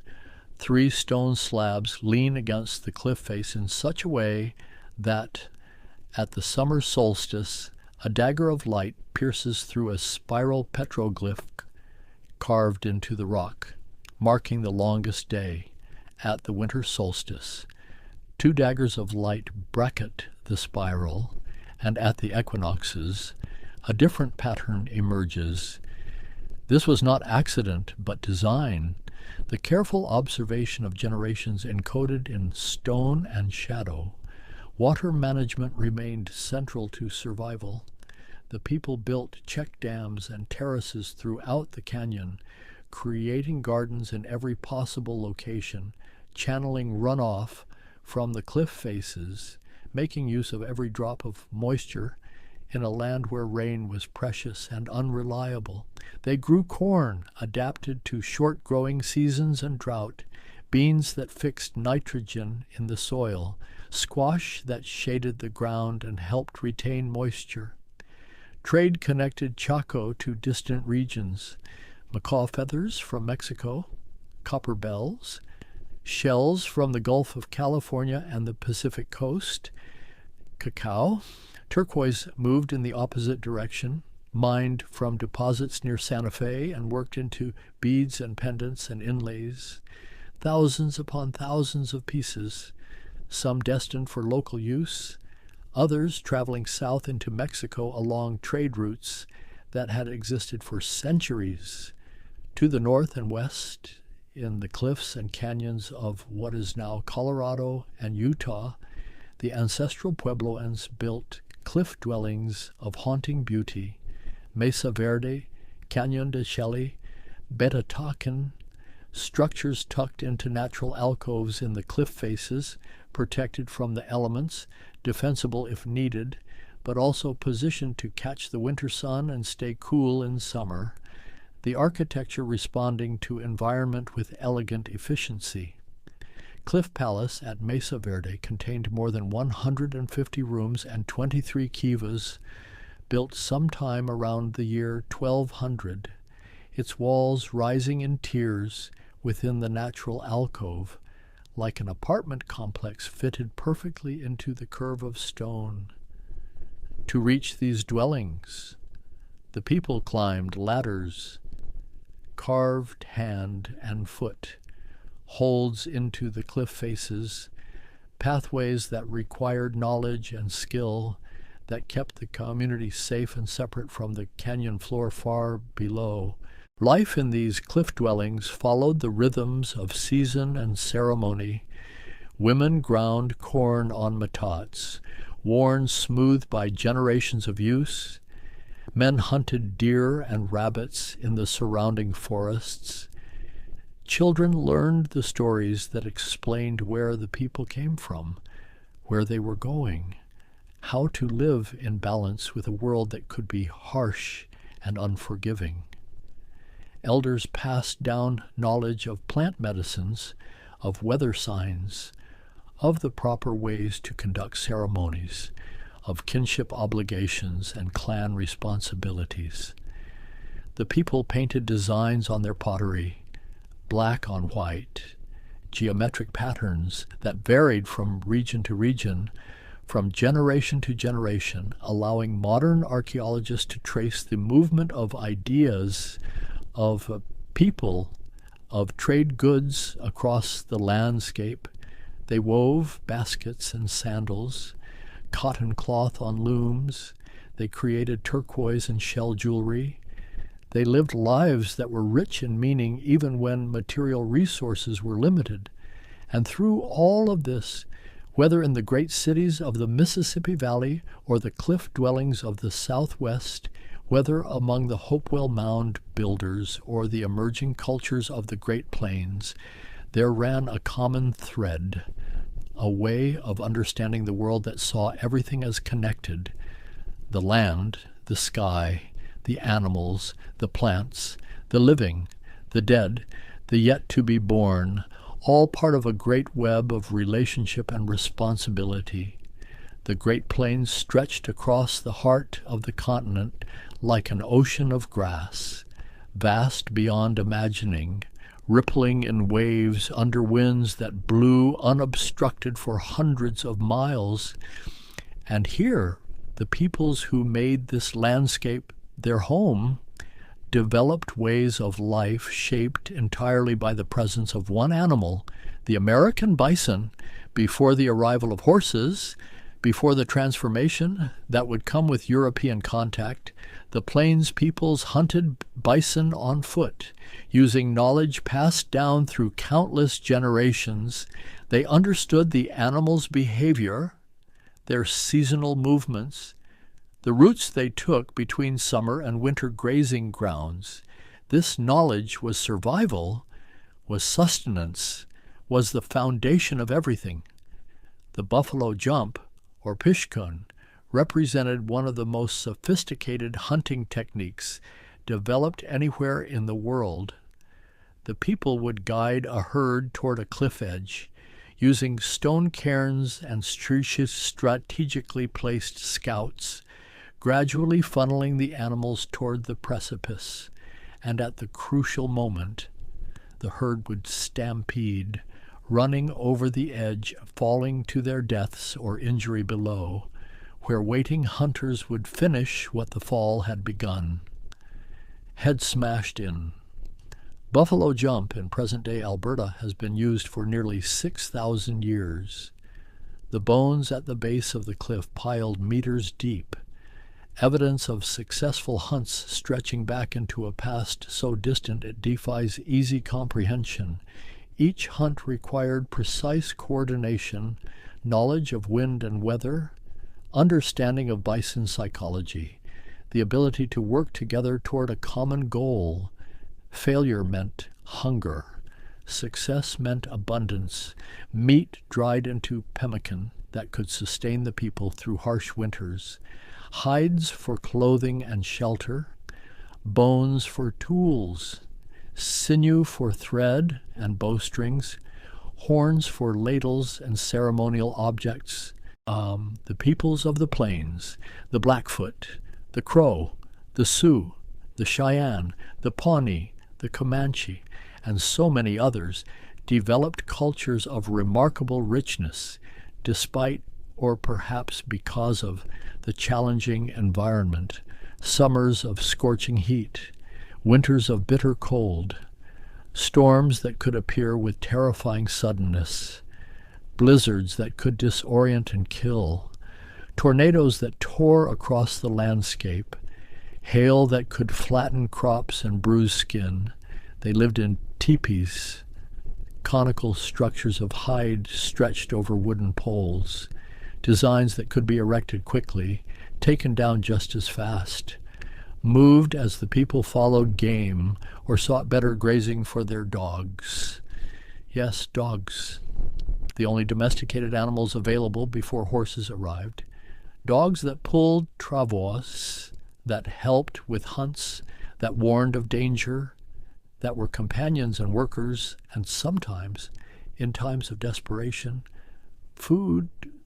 The Sundance, one of the most important ceremonies of Plains cultures, brought communities together in observance that lasted for days.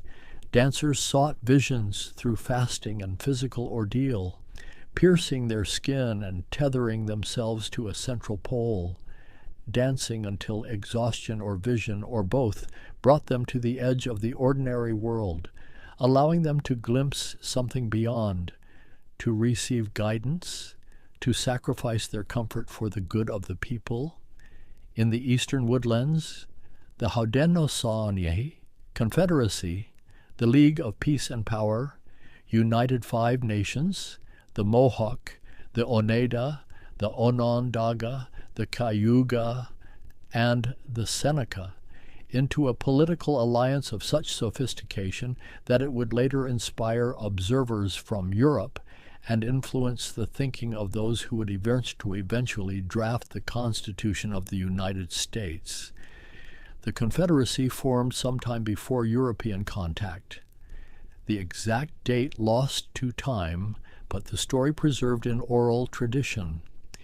Deganawida, the great peacemaker, and Hiawatha united the warring nations under the great law of peace, symbolized by the white pine, its needles growing in clusters of 5, representing the 5 nations, and above the tree, an eagle watching in all directions, vigilant against threats to the peace. Decision-making in the Confederacy followed careful protocols. Matters moved from the Mohawk and Seneca, the younger brothers, to the Oneida and Cayuga, and finally to the Onondaga, the firekeepers, who held the central position. Consensus was the goal, not simple majority rule, but true agreement. Discussion continued until unity could be achieved, or the matter was set aside to be revisited when emotions had cooled and new perspectives might emerge. Women held significant power in Haudenosaunee society. The clan mothers selected the sachems, the peace chiefs, and could remove them if they failed in their duties. Women controlled the long houses, those massive bark-covered structures that could house entire extended families, 30 or 40 or even 50 people living together under one roof, organized by clan, by maternal lineage.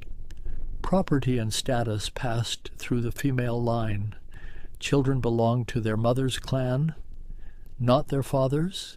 The longhouses themselves could stretch for over 100 feet, sometimes much longer, a series of compartments along a central corridor, each compartment home to a nuclear family, but the building functioning as a single unit, fires burning down the center, smoke holes in the roof, racks for drying corn, storage pits dug into the floor, the physical structure reflecting the social structure, individual families within the larger unity of clan and nation. Agriculture provided the foundation for Haudenosaunee life. The 3 sisters again, corn and beans and squash planted together in mounds, the corn stalks providing support for the beans fixing nitrogen, the squash leaves shading the soil and discouraging weeds. This was not merely farming, but a sophisticated understanding of plant ecology, of how different species could support one another, create more abundance together than any could alone. The fields belonged to the women, who planted and tended and harvested, while men hunted and fished and engaged in diplomacy and warfare. This division of labor was not rigid but generally observed, and it gave women economic power, control over food supplies, the ability to support or withhold support from military ventures. Peace and war were not solely the province of men when women controlled the sustenance that made either possible. To the far north, where winters stretched long and dark, where ice dominated the landscape for much of the year, the Inuit peoples developed ways of life adapted to conditions that seem almost impossibly harsh. They hunted seal through breathing holes in the ice, waiting for hours in temperatures far below freezing, perfectly still, perfectly patient, listening for the sound of a seal surfacing to breathe, and striking with harpoons in that brief moment of opportunity. They hunted whales, bowhead whales that could weigh 60 tons, hunting them from umiaks, boats made of walrus hide stretched over wooden frames, the hunt requiring perfect coordination, strength, courage, and luck. A successful whale hunt meant abundance for the entire community. Meat and blubber for food, bones for tools and structural elements, baleen for fishing line and snares, oil for lamps that provided light through the months of darkness.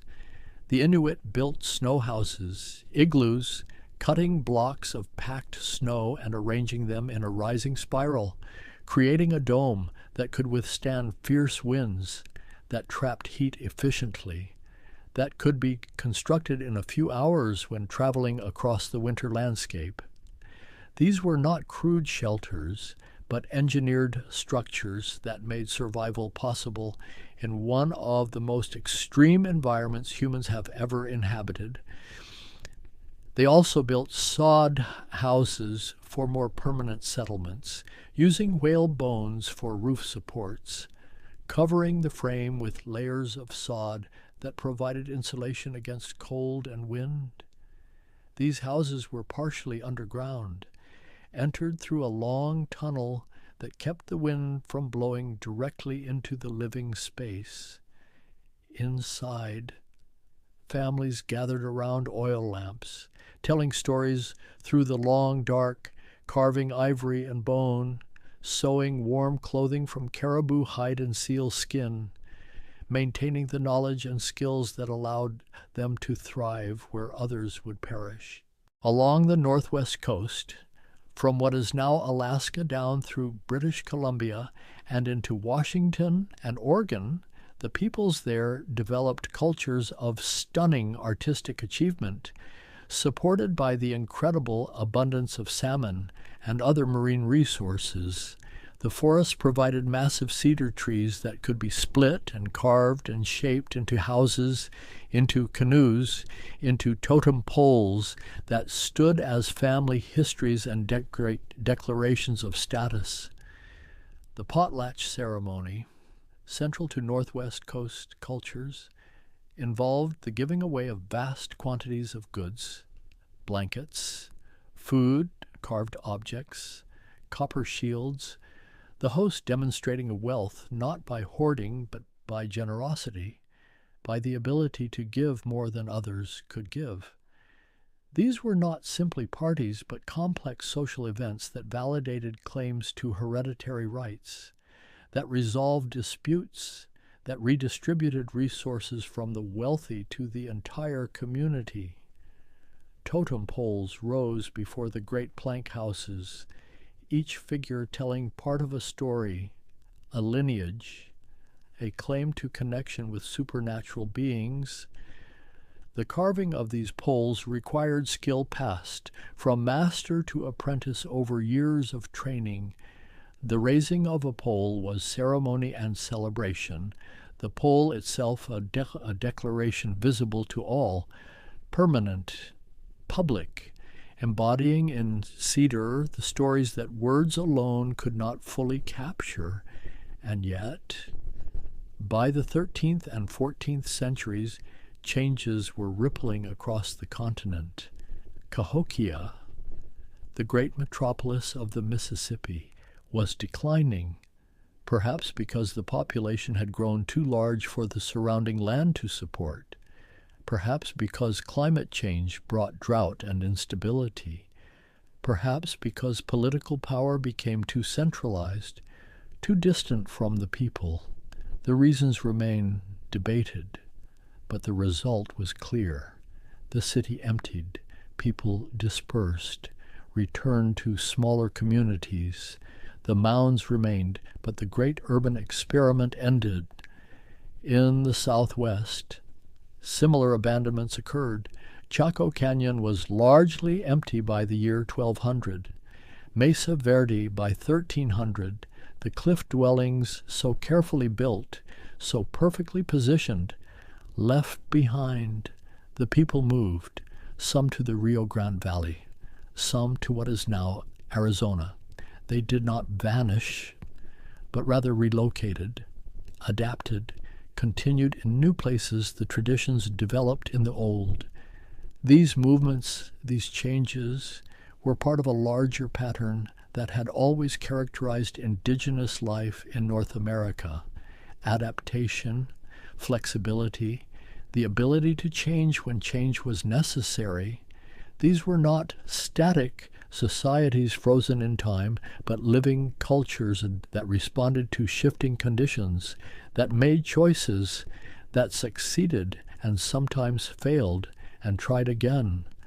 By the time the first Europeans began to arrive in significant numbers, the indigenous peoples of North America had already experienced millennia of change, of cultural flowering and decline, of adaptation to climate shifts and resource fluctuations, of trade and warfare and alliance, of artistic achievement and technological innovation.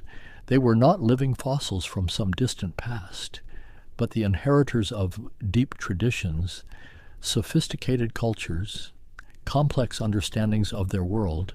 The land held the memory of all of it, the earthworks in Ohio, the cliff dwellings in the canyons, the shell middens along the coasts, the stone circles on the plains, each one a testament to human presence, to the long story of peoples who had made this continent home for so many thousands of years, who had shaped it and been shaped by it, who belonged to it in ways that went deeper than any document or deed could express.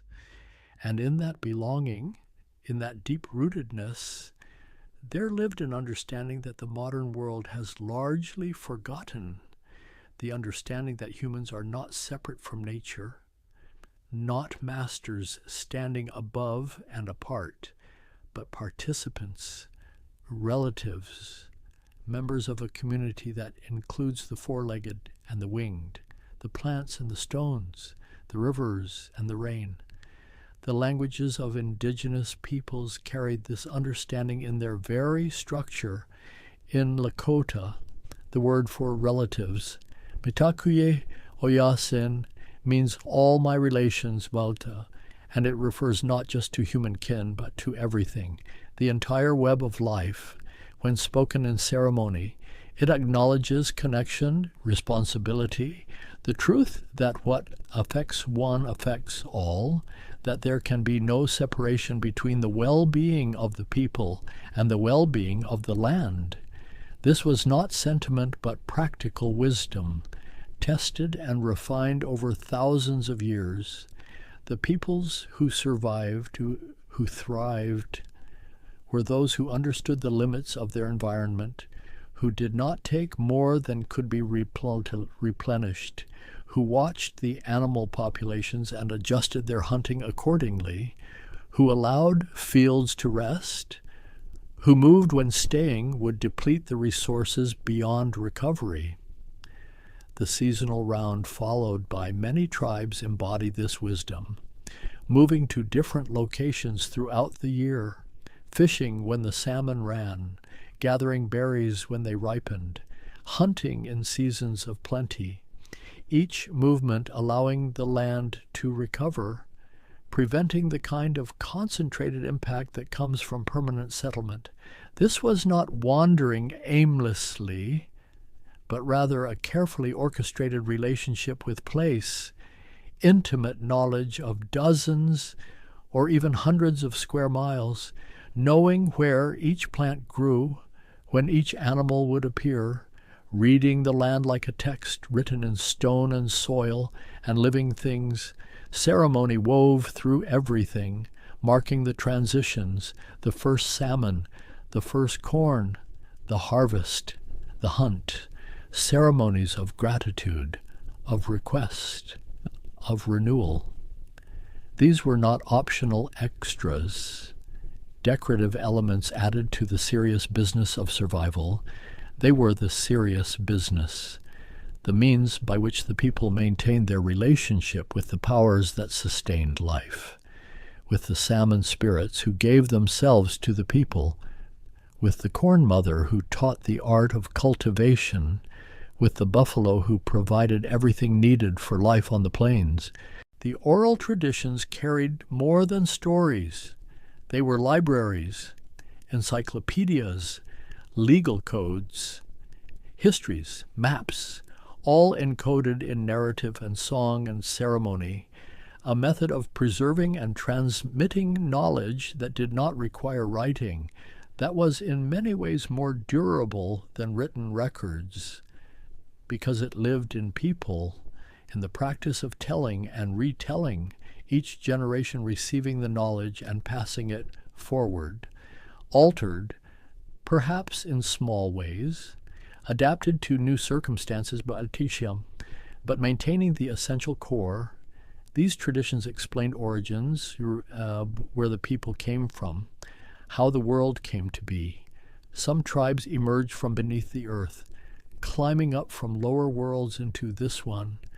Others came across vast waters or descended from the sky, each story locating the people in relationship to their homeland, making the connection between tribe and territory sacred, fundamental, not a matter of possession, but of mutual belonging.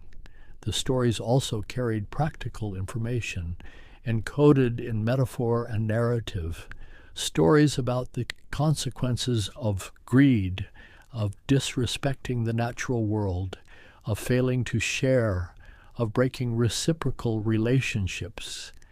These were teaching stories, ways of transmitting values and knowledge in forms that could be remembered, that worked on both children and adults, that revealed different layers of meaning depending on the understanding of the listener. Astronomical knowledge was embedded in story and ceremony. The Pleiades appeared in the narratives of tribes across the continent, marking seasons, guiding agricultural practices. Many tribes had names for this cluster, stories explaining its origin, and these stories also encoded when to plant, when to harvest, when to prepare for winter. The sky was not separate from the earth, but part of the same system, the same story. The sophistication of this knowledge is only now being fully appreciated. Archaeoastronomers studying ancient sites find alignments that suggest understanding not just of the solar year, but of lunar cycles, of the precession of equinoxes, of subtle celestial mechanics that require generations of careful observation to perceive. This knowledge was not written in books, but built into the landscape, into the positioning of structures, into the timing of ceremonies, into the stories that seemed simple on the surface, but contained depths of meaning. And what of beauty? What of art, created not for museums, but for life, for ceremony, for the daily activities that filled the days? Pottery painted with designs that pleased the eye and also carried meaning, baskets woven so tightly they could hold water, each one a masterwork of patience and skill, clothing decorated with porcupine quills and later with trade prayer beads, each pattern significant, each color chosen with intention. The creation of objects was itself ceremony, the gathering of clay, the asking permission of the earth, the preparation of materials with prayers and proper protocol, the work done with attention, with focus, imbuing the object with something beyond mere function, making it beautiful because beauty mattered, because the object would be used, would be part of life, and life deserved beauty. Music and dance expressed what words could not, drums that echoed the heartbeat, rattles made from gourds and rawhide filled with seeds or pebbles, flutes carved from wood or bone, voices raised in song, harmonies that rose into the night sky, dances that told stories, that brought the people together in shared movement, shared rhythm, shared purpose. The circle appeared again and again in the shapes of dwellings, in the arrangement of camps, in the form of ceremonies, the circle with no beginning and no end, everyone equal in their position, able to see everyone else, the circle of the seasons, the circle of life, birth and birth again, the circle of the horizon, the great hoop of the world, everything connected, everything returning, everything part of the endless round. And now, As this journey through time and space and memory begins to draw toward its close, there is a sense of something vast having been glimpsed, incompletely, imperfectly, but glimpsed nonetheless. The long story of human presence on this continent, the story of hundreds of distinct peoples, each with their own languages, their own ways of understanding, their own contributions to the great tapestry of human culture. The earthworks still stand, many of them grass-covered mounds rising from Ohio fields, geometric shapes visible from the air, testifying to the vision and labor of peoples whose names are mostly lost, but whose works remain, patient, enduring, waiting for those who will take the time to see them, to wonder about them, to recognize them for what they are.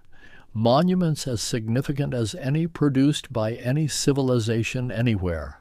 The cliff dwellings still nestle into canyon walls, empty now of daily life, but not empty of meaning.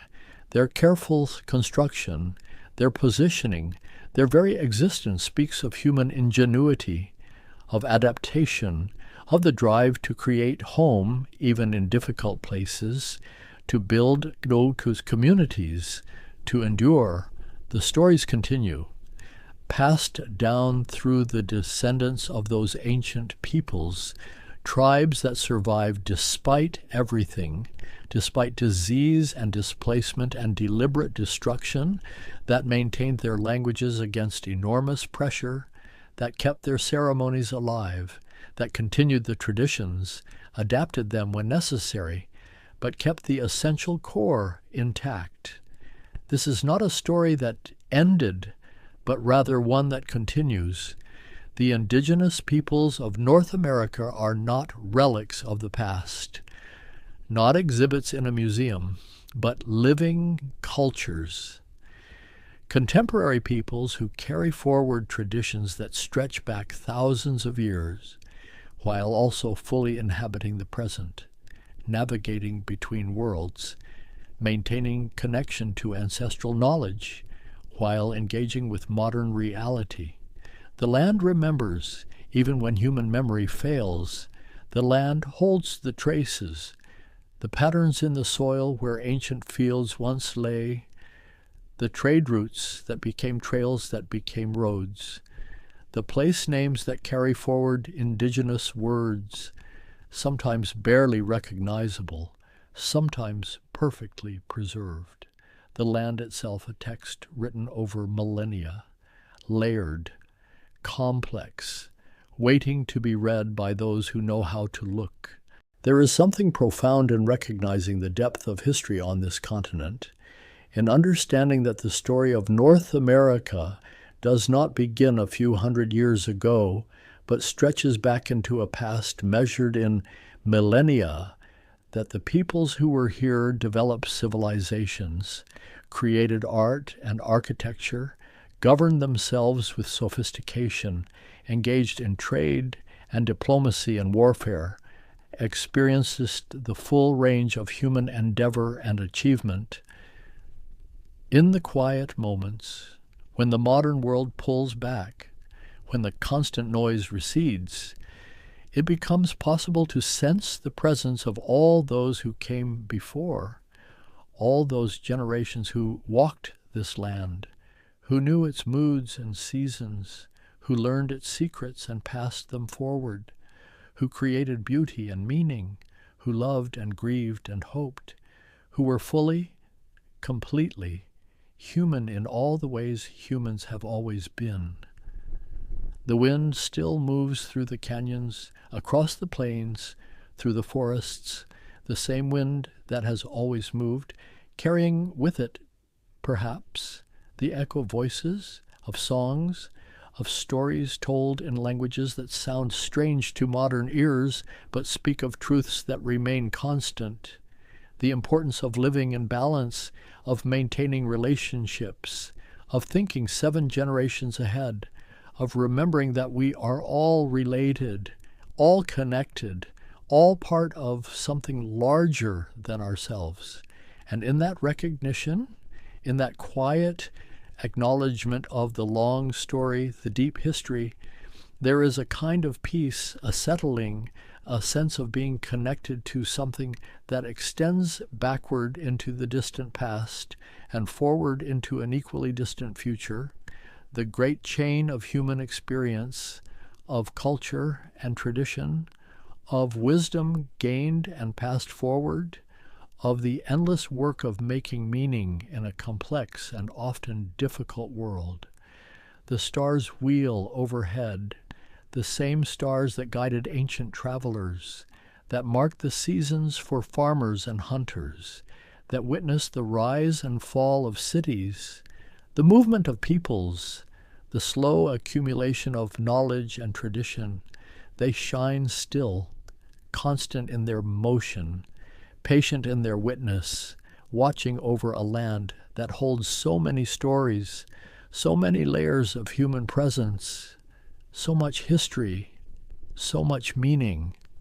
And perhaps that is enough to know that the story is long and rich and continuing, that the peoples of this continent have deep roots, profound traditions, enduring wisdom, that they were here shaping the land, being shaped by it for thousands upon thousands of years before the moment we call now, and that they remained carrying forward what was entrusted to them, maintaining the connection, keeping the stories alive, ensuring that the chain does not break, that the circle continues, unending. The night deepens, stars shine, and somewhere the old stories are still being told. I settle into a quiet space tonight where thought moves like water, where questions that have wandered through human minds for thousands of years begin to surface, one by one, like stars appearing as dusk deepens into night. There is something about consciousness that pulls at the edges of understanding, something vast and intimate all at once, the way we know we are here, the way we know that we know, this strange inner light that flickers behind every thought, every sensation, every moment of being aware that we are aware.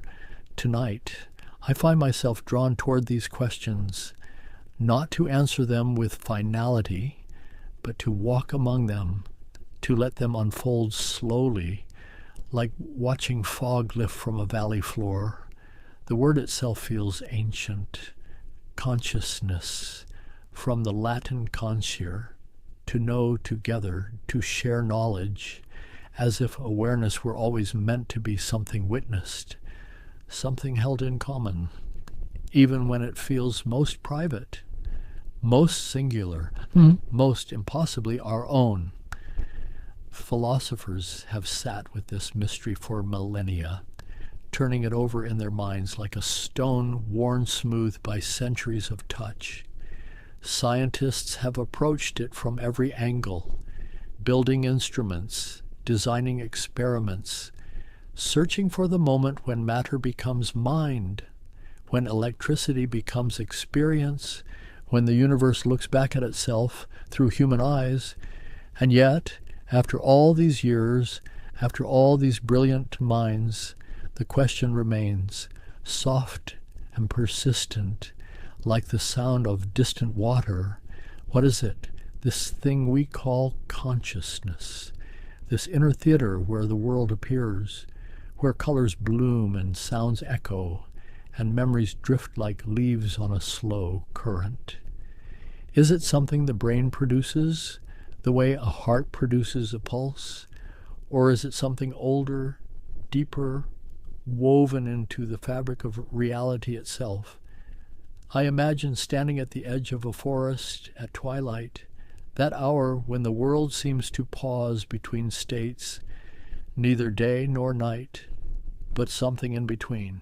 The trees are still visible, their branches dark against a sky that holds the last traces of blue, fading now into violet, into indigo.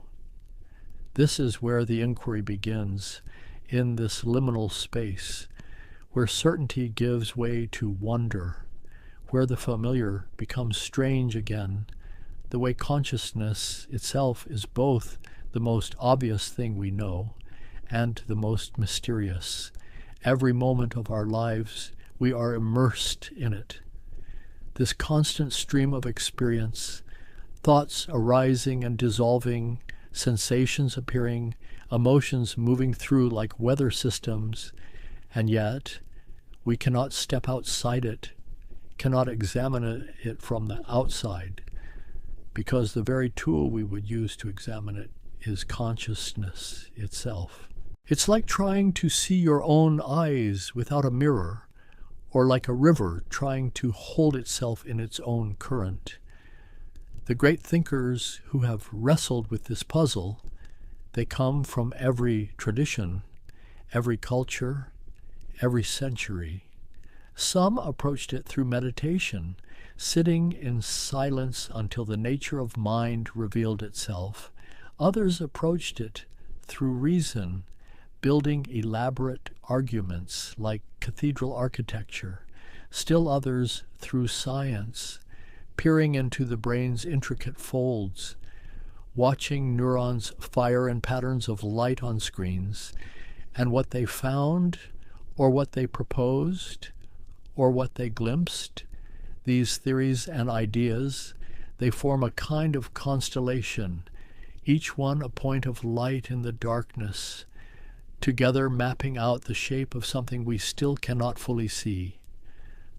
Tonight, I want to walk among these ideas, to let them settle around me like snow, to feel the weight of each question, the beauty of each attempt to understand, not to arrive at a final answer, but to trace the path of human wondering, to follow the thread of inquiry as it winds through history, through laboratories and libraries, through monasteries and hospitals, through the minds of those who could not rest until they had looked as deeply as possible into the nature of their own awareness. The night is quiet here, and in this quietness, the questions begin to gather, soft and patient, waiting. The story begins, as so many stories do, in ancient Greece, where philosophers first turned their attention inward and asked what it meant to be a thinking thing, a feeling thing, a being who could contemplate its own existence. Thales of Miletus, one of the earliest voices we can still hear across the centuries, believed that all things possessed a kind of soul, a vital principle. He looked at lodestones, magnetic rocks that moved iron filings without touching them, and saw evidence of an animating force spread throughout nature. Consciousness, not as something rare, but as something woven into the very substance of the world. This was 600 years before the Common Era, and already the question was forming, taking shape in human language for perhaps the first time. But it was Plato, standing in the Athenian sunlight, who gave us one of the most enduring images of consciousness, his allegory of the cave, where prisoners sit chained, watching shadows flicker on a stone wall, believing these shadows to be reality itself, never knowing that behind them a fire burns, and behind the fire the true forms of things exist in a realm of pure being. For Plato, consciousness was caught between two worlds, the world of appearances, the shifting shadows of sense experience, and the world of forms, eternal, unchanging, accessible only through reason, through the mind's ability to perceive truth beyond the testimony of the eyes. He imagined the soul as something that existed before birth, that would exist after death, that carried within it memories of perfect forms glimpsed in a realm beyond this one. And when we recognize beauty, or justice, or goodness, we are remembering, recovering knowledge that was always there, sleeping in the depths of awareness. His student Aristotle, more practical, more interested in the living world around him, took a different view. He saw consciousness emerging from the body, arising from it the way steam rises from water. He cataloged the different types of soul, the nutritive soul of plants, the sensitive soul of animals, the rational soul unique to humans, each one building upon the last. In his work De Anima, on the soul, Aristotle proposed that the mind was like a blank tablet, receiving impressions from the world, forming thoughts through the combination of a sensory experience and reason. Consciousness was not separate from the body, but the form of the body, the way the eye's form is to see, the mind's form is to think. These two visions, Plato's dualism and Aristotle's integration, would echo through centuries, shaping every conversation that followed. In India, around the same time, other thinkers were pursuing the question through different paths. The Upanishads, ancient texts composed between 800 and 200 years before the Common Era, spoke of consciousness as Brahman, the ultimate reality underlying all existence, and Atman, the individual self, which were ultimately one and the same. These philosophers sat in forest groves and developed practices of meditation, turning attention inward with extraordinary precision, mapping the layers of consciousness, the waking state, the dreaming state, the state of dreamless sleep, and beyond these, a fourth state called Turiya, pure awareness itself, witnessing all the others. They proposed that ordinary consciousness, the everyday experience of being a separate self, was a kind of illusion, maya, a veil drawn over the true nature of reality, and through contemplative practice, through stilling the modifications of the mind, one could glimpse what lay beneath, the vast unchanging awareness in which all experience arose and dissolved. The Buddhist tradition, emerging from the teachings of Siddhartha Gautama in the 5th century before the Common Era, took this inquiry even further, questioning whether there was any permanent self at all, any enduring consciousness that persisted from moment to moment. The Buddha taught that what we call the self, what we call consciousness, is actually a stream of momentary events, arising and passing away faster than we can perceive.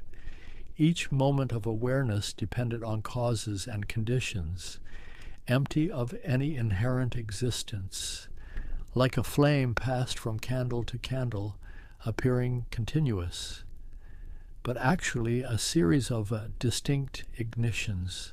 This was radical, unsettling, and it pointed towards something that neuroscience would rediscover more than 2,000 years later: the constructed nature of experience, the way consciousness is not a thing, but a process, a verb disguised as a noun. Meanwhile, in China, Confucian and Taoist thinkers approached consciousness through ethics and natural harmony. Mencius, in the 4th century before the Common Era, argued that human nature was inherently good, that moral feelings, once compassion, shame, respect, were as natural as the sprouts of plants pushing through soil. Consciousness was not separate from the natural world, but continuous with it, part of the same flowing pattern. The Tao, the Way, Zhuangzi, the Taoist sage, told stories that dissolved boundaries. His famous butterfly dream, where he dreamed he was a butterfly and waking, could not tell whether he was Zhuangzi, who had dreamed of being a butterfly, or a butterfly now dreaming of being Zhuangzi. This playful paradox pointed to something serious, the instability of perspective, the way consciousness creates reality rather than simply reflecting it. Centuries passed, and the question traveled westward again into the medieval world, where Christian theologians wrestled with how to reconcile Greek philosophy with revealed religion. Augustine of Hippo, in the 4th and 5th centuries of the Common Era, turned Plato's inward turn into a spiritual practice. He explored memory with extraordinary depth, noticing how the mind could hold vast landscapes of experience, could travel backward through time, could know itself, knowing. In his Confessions, Augustine wrote of time as something that exists only in consciousness, the past as memory, the future as expectation, the present as attention, all three existing simultaneously in the soul's eternal now. This was phenomenology before the word existed, the careful examination of experience from the inside. Thomas Aquinas, in the 13th century, integrated Aristotle's naturalism with Christian theology, arguing that the soul was the form of the body, but that the rational soul, unique to humans, was capable of surviving bodily death, capable of contemplating universal truths. He distinguished between different types of knowing, sense perception, imagination, memory, and the intellectus, the higher faculty that could grasp abstract principles, but it was in the Islamic world. In the writings of physicians and philosophers like Avicenna, that consciousness received some of its most penetrating analysis. In the 11th century, Avicenna proposed his famous thought experiment. The floating man, imagine a person, he said, created in an instant, floating in void, with no sensory input, no sight, no sound, no touch. Would this person be aware of their own existence? Avicenna argued yes. Self-awareness was not dependent on the body, not derived from sensation, but immediate, direct. This was consciousness as presence, as the fundamental given from which everything else followed. These medieval thinkers, whether Christian, Muslim, or Jewish, shared a common conviction that consciousness pointed beyond the material world towards something transcendent, eternal, divine, the mind's ability to contemplate infinity, to grasp mathematical truths, to know the good, suggested that it participated in a higher realm. But seeds of change were already planted, and by the 17th century Curie, a new way of thinking was emerging. The scientific revolution, with its emphasis on observation, measurement, and mechanical explanation, would transform the question of consciousness entirely. René Descartes, sitting alone by a fire in 1629, experiencing what he would later describe as a revelation, began to doubt everything he thought he knew. He doubted his senses, which sometimes deceived him. He doubted the external world, which might be a dream. He doubted mathematics, which might be planted in his mind by a deceiving demon. But there was one thing he could not doubt. The fact that he was doubting, the very act of thinking, proved that something was doing the thinking. Cogito ergo sum, I think therefore I am, consciousness, for Descartes, was the bedrock of certainty, more certain than matter, more certain than the body, more certain than the stars. And from this certainty, he He built a system. He divided reality into two substances, res cogitans, thinking substance but mind, and res extensa, extended substance, matter. The mind was unextended, immaterial, indivisible, known with perfect transparency to itself. The body was extended, material, divisible, subject to mechanical laws. This dualism, mind separate from matter, consciousness separate from brain, would dominate Western philosophy for centuries and would create a problem that still haunts us, the problem of interaction. If mind and matter are fundamentally different, how do they influence each other? How does a thought, immaterial, move an arm, material? How does light striking the eye, material, become the experience of seeing blue, immaterial? Descartes proposed the pineal gland, a small structure in the center of the brain, as the seat of interaction. But even he knew this was unsatisfying.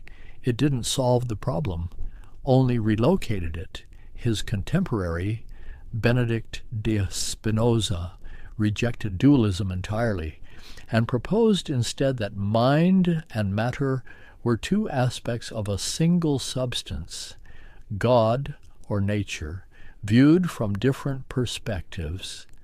Consciousness and physical processes were perfectly correlated, not because one caused the other, but because they were the same thing, expressed in different languages.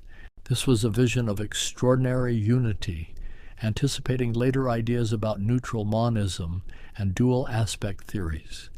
But in Spinoza's own time, it seemed dangerous, heretical, and he was excommunicated from his Jewish community, lived in poverty, grinding lenses to survive.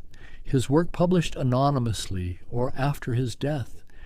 Gottfried Wilhelm Leibniz, another voice from this fertile century, imagined consciousness as something that came in degrees, from the petite's perceptions, tiny unconscious experiences that formed the background hum of awareness, to the clear apperceptions, the conscious thoughts we could report and reflect upon. He imagined the universe as composed of infinite monads, simple substances, each one a kind of soul, each one perceiving the entire universe from its own unique perspective. The question was multiplying, branching, becoming more complex with each thinker who touched it. By the 18th century, the question had entered a new phase. The Enlightenment brought with it a fascination with human understanding, with the mechanics of thought, with consciousness, not as a window to the divine, but as something to be studied, mapped, explained. John Locke, in his essay concerning human understanding, published in 1690, returned to Aristotle's image of the mind as a blank slate, tabula rasa. He argued that all knowledge came from experience, that consciousness was built from simple ideas received through sensation, combined and recombined through reflection. There were no innate ideas, no eternal forms remembered from before birth, only the gradual accumulation of experience, layer upon layer, like sediment forming stone. He noticed something curious about personal identity, that it seemed to depend on memory, on the continuity of consciousness across time. You are the same person you were yesterday, not because you have the same body, but because you remember being that person. Consciousness, he wrote, was inseparable from thinking, and personal identity was inseparable from consciousness. George Berkeley, an Irish bishop with radical ideas, pushed empiricism to its limit. He argued that to exist was to be perceived. Esse est percipi. Matter in itself was an abstraction. What we actually experienced was always ideas, sensations, colors and shapes and sounds appearing in consciousness. The external world, if it existed at all, was sustained by being perceived by God, an infinite consciousness that held everything in existence. This seemed absurd to many. Samuel Johnson famously kicked a stone and declared he had refuted it. But Berkeley's point was more subtle. He was asking what we actually know, what we can actually say exists beyond doubt, and finding that consciousness, experience itself, was the only starting point we had. David Hume, perhaps the most skeptical of all, took the empiricist project and dissolved everything into impressions and ideas. He looked inward, searching for this thing called the self, this consciousness that supposedly unified experience, and found nothing, only a bundle of perceptions, arising and passing with no underlying substance, no permanent witness. When I enter most intimately into what I call myself, he wrote, I always stumble on some particular perception or other of heat or cold, light or shade, love or hatred, pain or pleasure. I never can catch myself at any time without a perception, and never can observe anything but the perception. This anticipation of the Buddhist doctrine of no self, emerging from the heart of Scottish Enlightenment philosophy, pointed toward a deep truth about the constructed nature of consciousness, the way what seems most solid, most undeniable, the sense of being a continuous self, might itself be an illusion, a story consciousness tells about itself. Immanuel Kant, writing in 1781 in his Critique of Pure Reason, tried to find a middle way between rationalism and empiricism, between the idea that consciousness imposed order on the world and the idea that it passively received impressions. He argued that the mind was not a blank slate, but came equipped with categories, with forms of intuition, space and time, with principles of understanding that structured experience. We never perceive things as they are in themselves, he said, only as they appear to us, filtered through the necessary structures of consciousness. The mind was active, creative, bringing order to the chaos of sensation, making experience possible. And there was something he called the transcendental unity of apperception, the necessary condition for consciousness itself. The fact that all my experiences must be accompanied by the possibility of thinking, I think. This was not the empirical self, the bundle of perceptions Hume described, but the formal condition that made a unified consciousness possible, the invisible thread holding everything together. The 19th century arrived, and with it, new tools, new methods, new ways of investigating consciousness. Psychology was beginning to separate from philosophy, to become an experimental science. Wilhelm Wundt, in 1879, established the first laboratory dedicated to experimental psychology in Leipzig. He trained observers to report their conscious experiences with precision, to break down perceptions into their component sensations, to measure reaction times, to map the structure of awareness. This was introspection made systematic, consciousness studying itself under controlled conditions. His student Edward Titchener brought these methods to America, developing what he called structuralism, the attempt to identify the basic elements of consciousness, sensations, images, feelings, and the rules by which they combined. It was chemistry applied to the mind, seeking the periodic table of experience. But William James, Writing in his masterwork, The Principles of Psychology, published in 1890, rejected this atomistic approach. Consciousness, he argued, was not a collection of separate elements, but a stream, a continuous flow. Each moment of awareness was unique, could never be repeated, was colored by everything that came before. Consciousness was personal, changing, continuous, and selective, always choosing, always focusing, always flowing forward like a river. He spoke of the fringe of consciousness, the dim awareness surrounding the bright center of attention, the way meanings and feelings hovered at the edges of thought. He noticed the tip of the tongue phenomenon, that strange experience of knowing you know something without being able to recall it. These observations, careful and honest, opened up the phenomenology of consciousness in new ways. James also grappled with the self, distinguishing between the I and the me, between consciousness as knower and consciousness as known, between the subject and the object of awareness.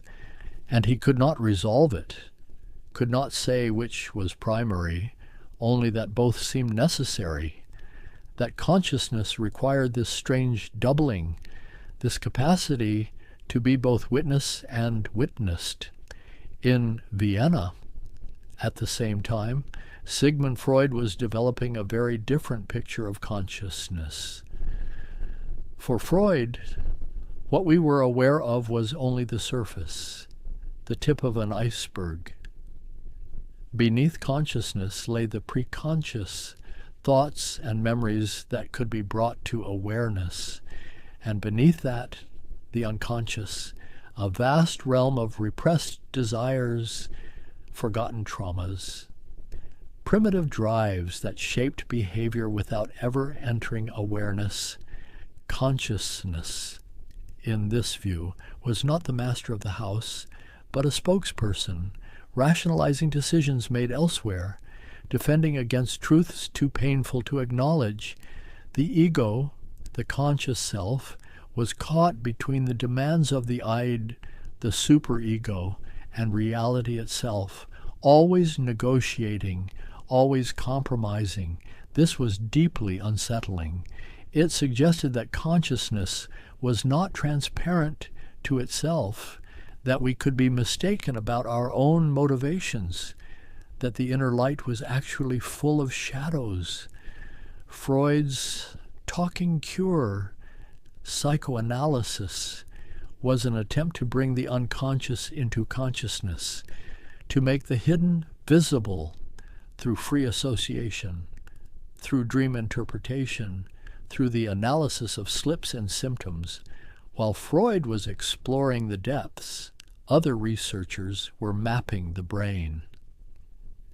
In 1861, Paul Broca identified a region in the left frontal lobe that, when damaged, impaired the ability to speak. This was revolutionary. It showed that specific mental functions were localized in specific brain regions, that consciousness was tied to neural architecture. Carl Wernicke discovered another area in the temporal lobe whose damage impaired language comprehension, and slowly, case by case, the map of the brain began to take shape. Motor cortex here, sensory cortex there, visual processing in the back, language on the left. The mind was becoming physical, touchable, visible in the folds of gray matter. But how did this physical stuff, neurons and synapses and electrical signals, become experience, become the taste of coffee, the memory of childhood, the understanding of a sentence? This was the hard problem, even if no one called it that yet. In the early 20th century, behaviorism rose to dominance, especially in America. John Watson and later B.F. Skinner argued that psychology should study only observable behavior, not consciousness, which was private, unverifiable, unscientific. Consciousness was a black box, and science should concern itself only with inputs and outputs, stimuli and responses. For decades, consciousness nearly disappeared from scientific discourse, replaced by talk of conditioning, reinforcement schedules, stimulus response chains. The inner life was dismissed as epiphenomenal, a side effect with no causal power, or worse, as a kind of category error, a confusion of language, as something that would dissolve once we understood behavior properly. But consciousness didn't stay buried.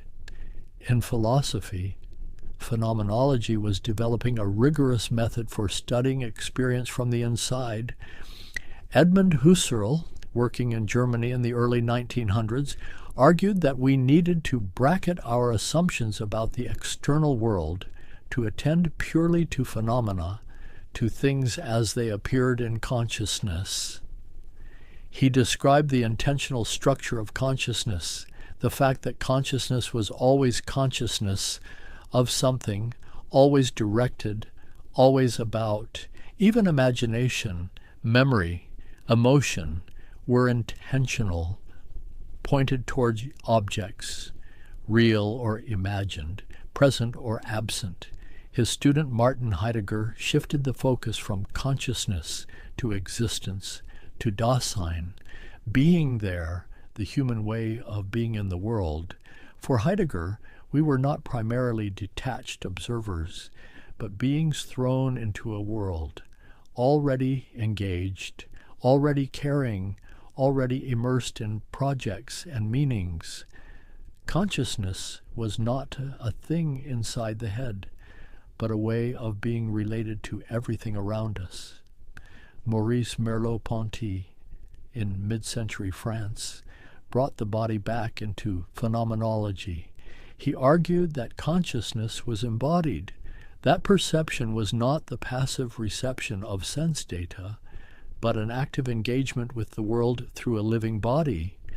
The body was not an object we possessed, but the subject we were, like our perspective on the world, the 0 point from which all experience unfolded. These phenomenologists were describing consciousness with extraordinary precision, but from the inside, without reducing it to brain states or behaviors.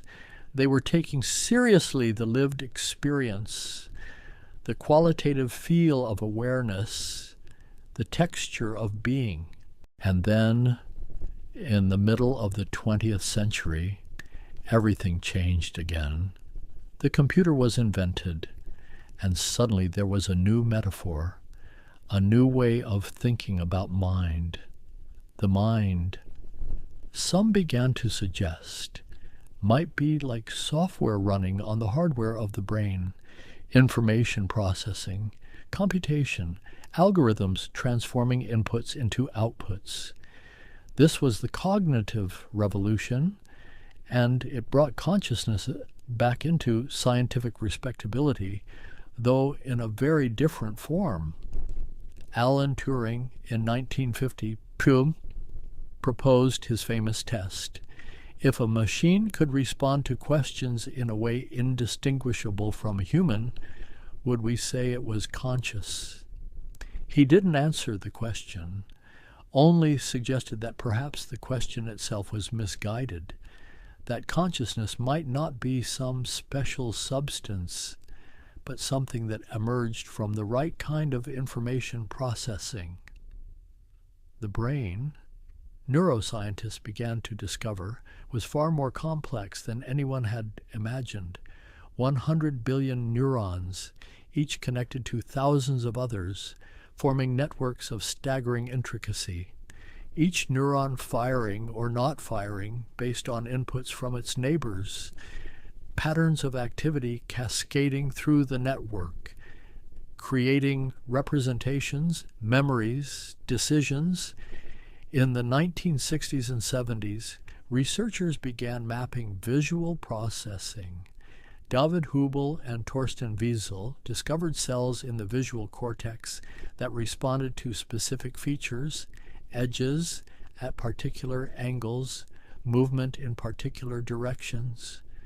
The brain was decomposing the visual scene, analyzing it in parallel across multiple pathways, and somehow, from all this distributed processing, the unified experience of seeing emerged.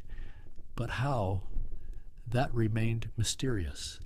Francis Crick, co-discoverer of the structure of DNA, turned his attention to consciousness in the 1980s.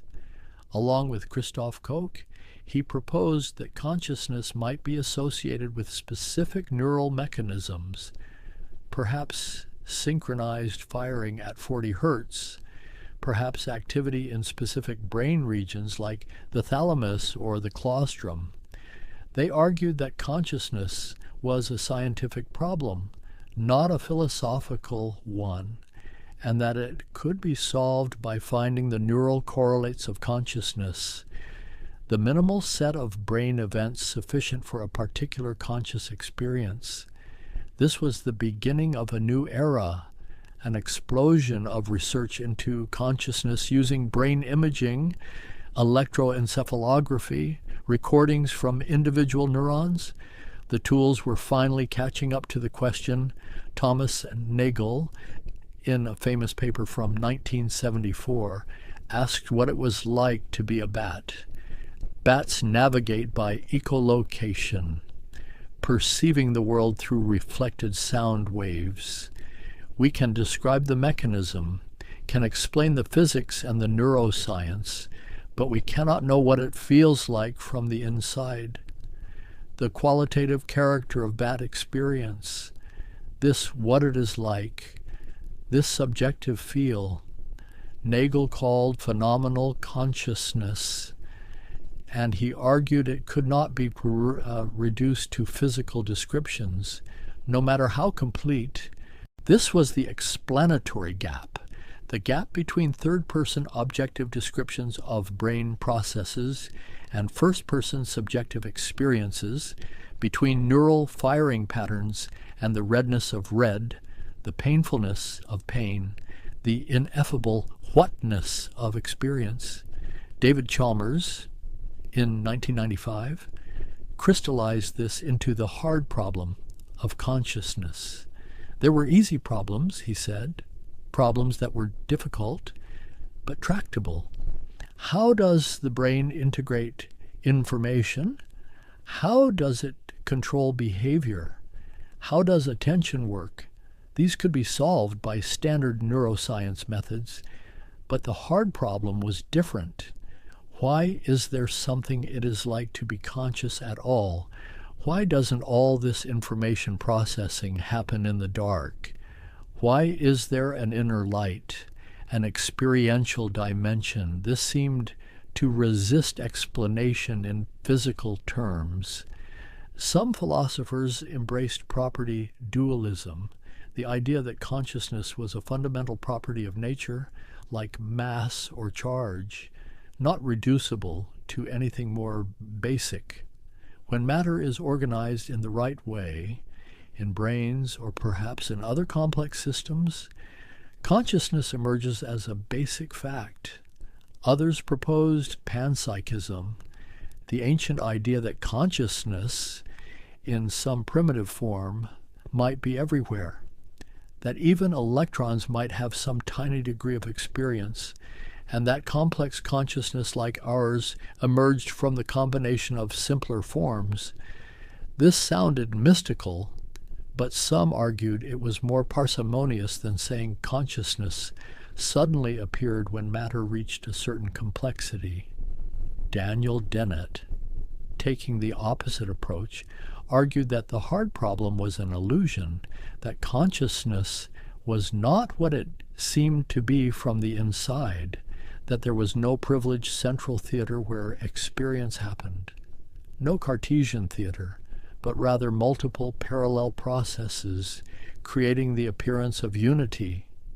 Consciousness was not a thing, but a collection of cognitive tricks, of narratives the brain told itself. When you understood it properly, the mystery dissolved. This became known as eliminativism or illusionism, the view that phenomenal consciousness, qualia, what its likeness, didn't really exist in the way we thought it did. It was a user illusion, like the desktop interface on a computer, useful but not real. The debates grew heated, philosophers and scientists at conference, arguing late into the night about zombies, philosophical thought experiments about beings physically identical to us, but with no inner experience, about inverted spectra, whether your red might be my green with no way to tell, about Mary the color scientist who knew everything physical about color but had never seen it. Would she learn something new when she finally saw red? These seemed like parlor games to some, but to others they pointed to something genuine, something that standard physical explanation couldn't capture. Meanwhile, neuroscience continued its relentless mapping. In the 1990s, researchers discovered the neural correlates of binocular rivalry, when each eye sees a different image and consciousness alternates between them. The input stays constant, but awareness switches. By comparing brain activity during each percept, scientists could identify regions associated with conscious experience itself, not just sensory processing. They found that consciousness seemed to require widespread brain activity, not just local processing in sensory areas. The global workspace theory, proposed by Bernard Bars, suggested that consciousness was like a theater, where information that reached the global workspace became available to many different cognitive processes, became reportable, became consciously experienced. Giulio Tononi developed integrated information theory, proposing that consciousness was identical to integrated information that couldn't be decomposed into independent parts. He gave it a mathematical measure, phi, and suggested that any system with high phi would be conscious, whether biological or artificial. This was controversial, but it was testable. It made predictions. It could be applied to patients in vegetative states to measure levels of consciousness, to distinguish between minimally conscious and unconscious states. The study of altered states exploded. Researchers gave subjects psychedelics, psilocybin, LSD, and scanned their brains. They found decreased activity in a default mode network, the brain regions active during rest, during self-referential thought. The boundaries of the self seemed to dissolve, the sense of being a separate observer, and subjects reported experiences of unity, of ego death, of consciousness expanding beyond its normal confines. Meditation, too, became a subject of neuroscience. Long-term meditators showed changes in brain structure, in attention networks, in emotional regulation, states described in ancient contemplative texts. Jhanas, samadhi, could be correlated with specific patterns of brain activity. The science and the contemplative traditions were beginning to speak to each other.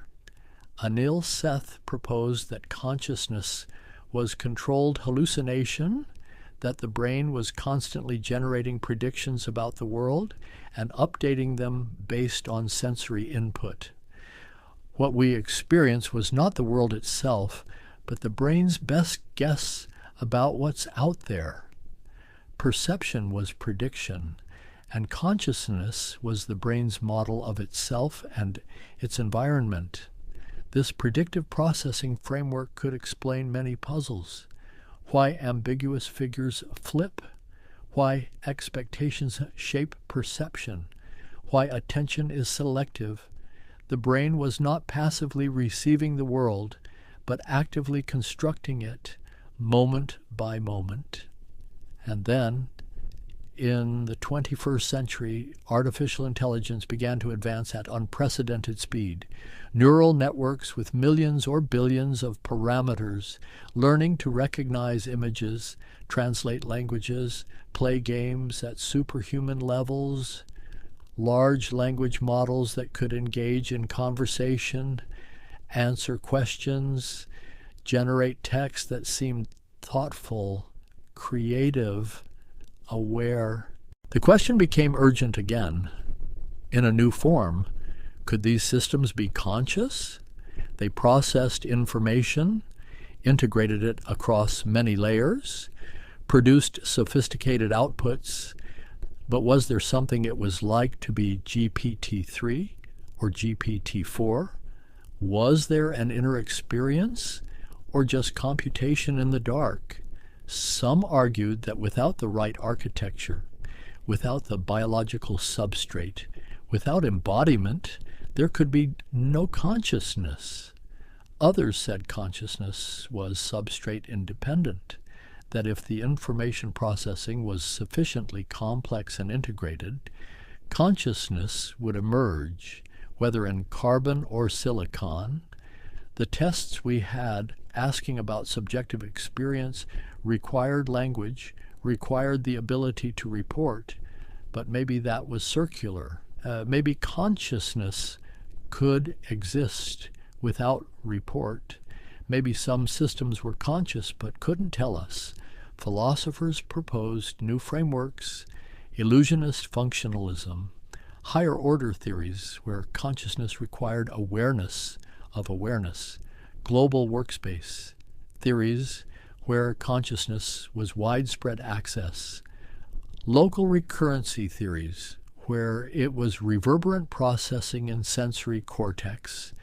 Each theory made different predictions about what would be conscious and what wouldn't, about when consciousness appeared in evolution, in development, about whether AI could be conscious, about whether consciousness could exist without attention. The field had become vast, sprawling. Neuroscientists, philosophers, computer scientists, physicists, all approaching the same mystery from different angles. The tools were better than ever. Brain imaging with millimeter precision, computational models of neural networks, theoretical frameworks drawing on information theory, quantum mechanics, complexity science, and yet the basic question remained, soft and persistent as always. What is consciousness? How does the physical world give rise to inner experience? Why is there something it is like to be anything at all? Some days it felt like progress was being made, like the pieces were starting to fit together. Other days it felt like the mystery was as deep as ever, like every answer opened new questions, like understanding receded as quickly as we approached. But perhaps that was fitting. Perhaps consciousness, by its nature, would always remain partially mysterious to itself, like an eye that cannot see itself seeing, like a hand that cannot grasp itself. The history stretches out behind, like a long road walked at dusk. All those thinkers, all those theories, all those attempts to understand the inner light.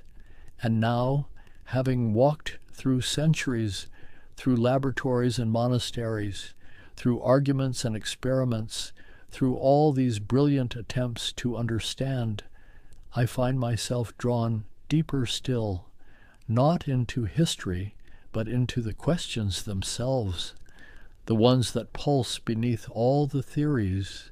There is something about consciousness that resists capture, that slips away the moment you try to pin it down, like trying to see the moment when you fall asleep. The transition is always missed, always happening in the gap between attention. The philosopher Maurice Merleau-Ponty noticed this, that consciousness was always in a kind of recession from itself. We can attend to our thoughts, but the attending itself remains in shadow.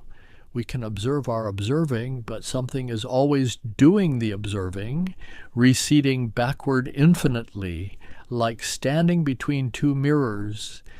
And perhaps this is essential. Perhaps consciousness must be transparent to itself, must be the clearing in which everything else appears. If we could see it directly, objectify it completely, it would no longer be consciousness, but just another object in the field. The mystics understood this. They spoke of consciousness as emptiness, not as a void, but as pure potential, the space in which all forms arise. Meister Eckhart, the 14th century Christian mystic, spoke of the ground of the soul, the Godhead beyond God, the silent awareness prior to all distinction. The Zen tradition points to this with the koan.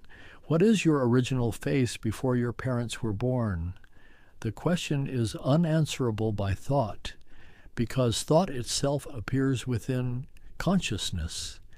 The answer is not in finding something, but in recognizing what has always been there.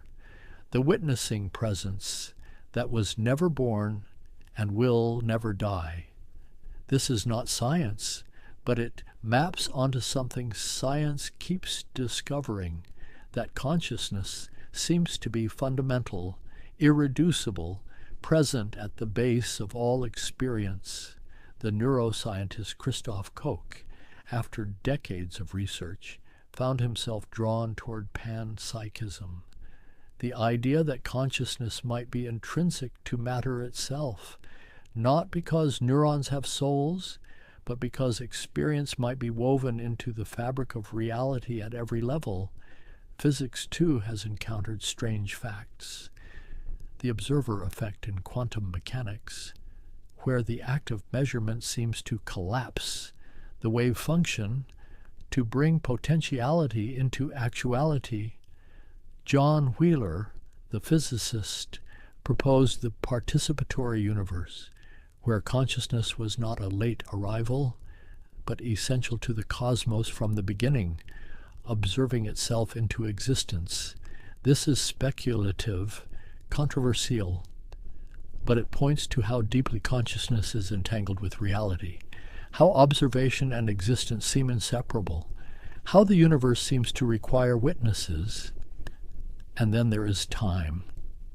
Consciousness is always now, always present. Memory is experienced now. Anticipation is experienced now. Even the sense of duration, of time passing, happens in the eternal present moment of awareness.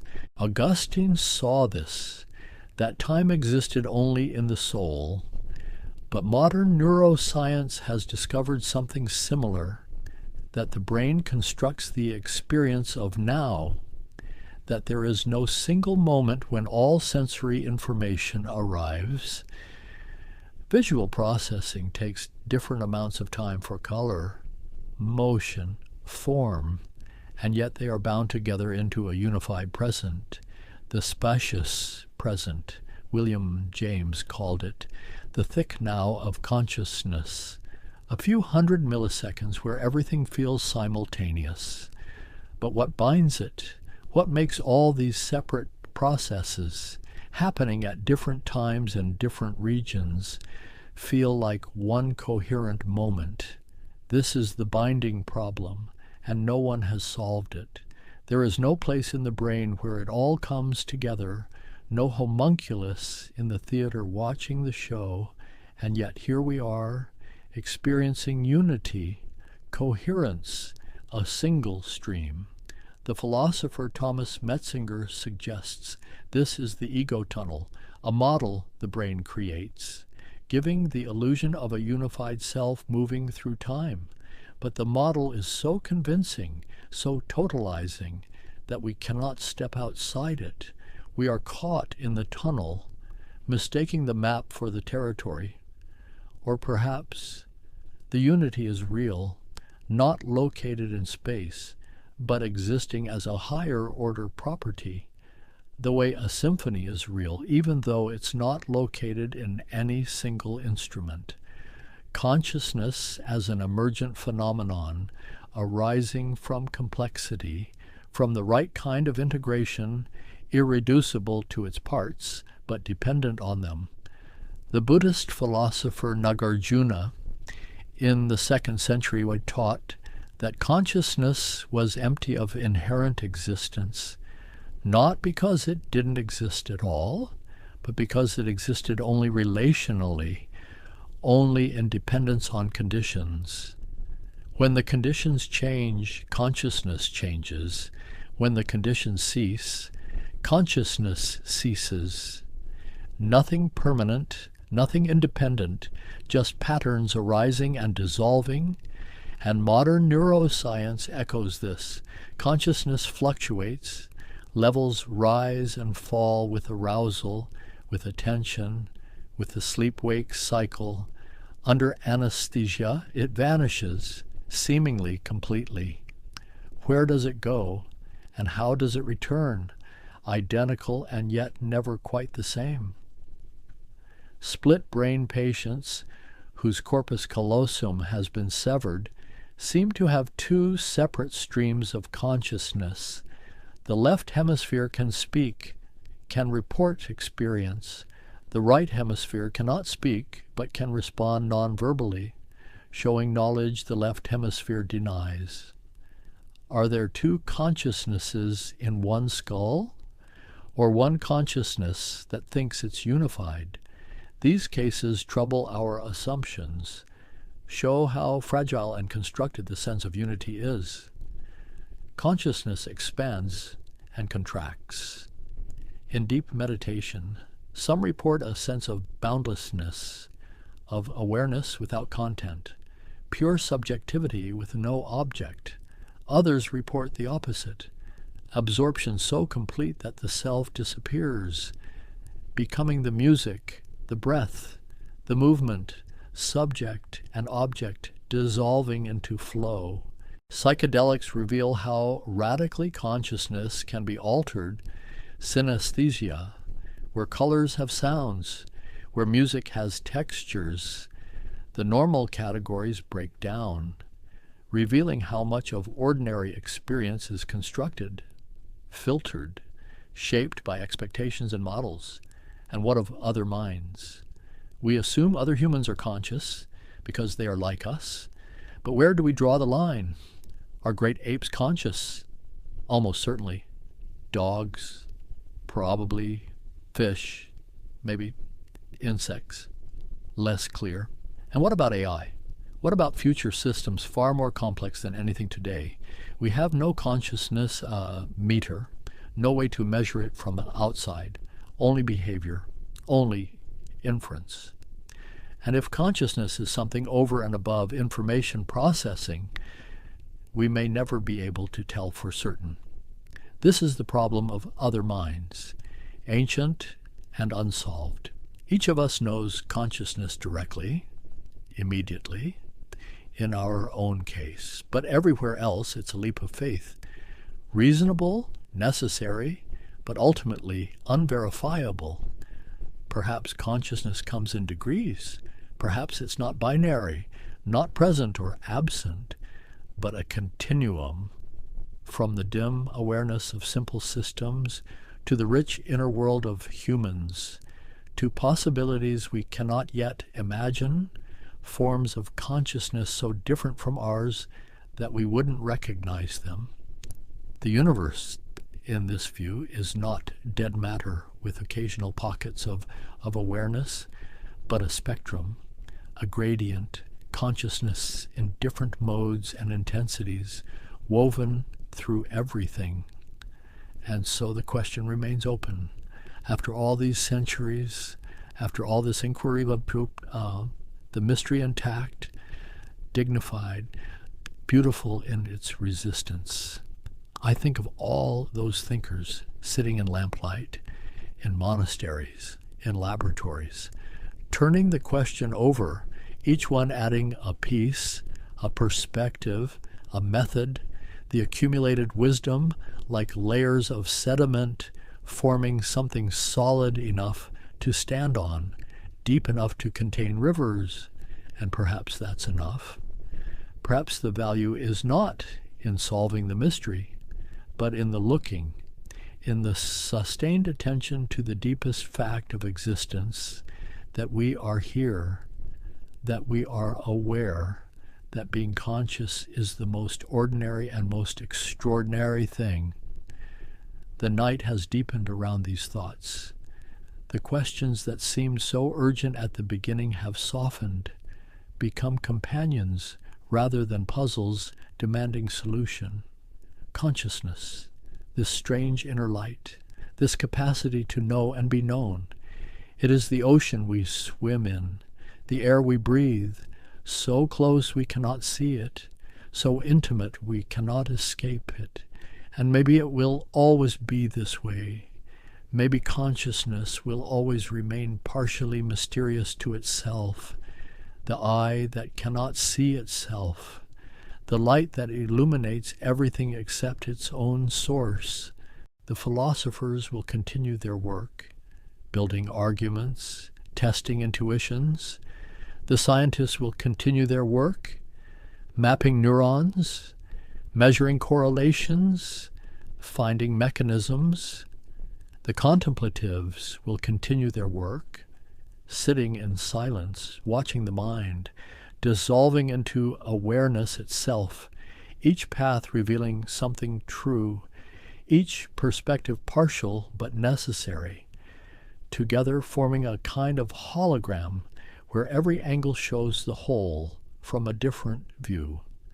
I imagine consciousness as it might have first appeared in the universe billions of years ago, in the first organisms with nervous systems, a dim flicker, a primitive sensing, the beginning of inwardness, and then slowly, through evolution, through complexity, becoming richer, deeper, more layered, until something could reflect on its own existence, could ask what it is, could wonder, and perhaps it continues.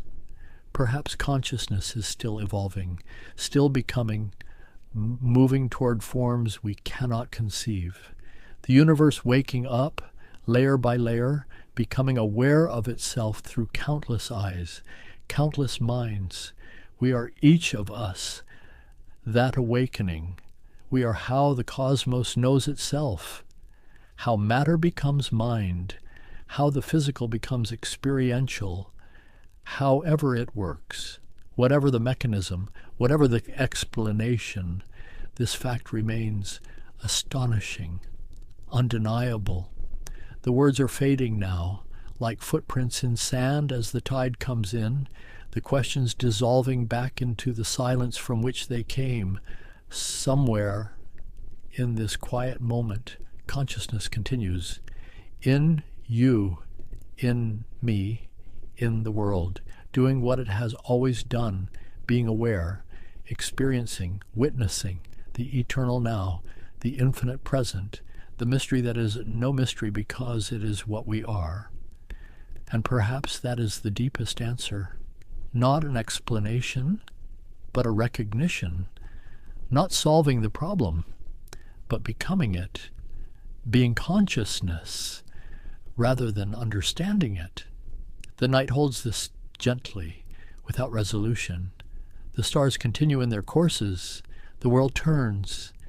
And awareness, this fundamental fact, this groundless ground, remains quiet, luminous, empty and full, nowhere and everywhere, the light that needs no lamp, the knowing that requires no knower.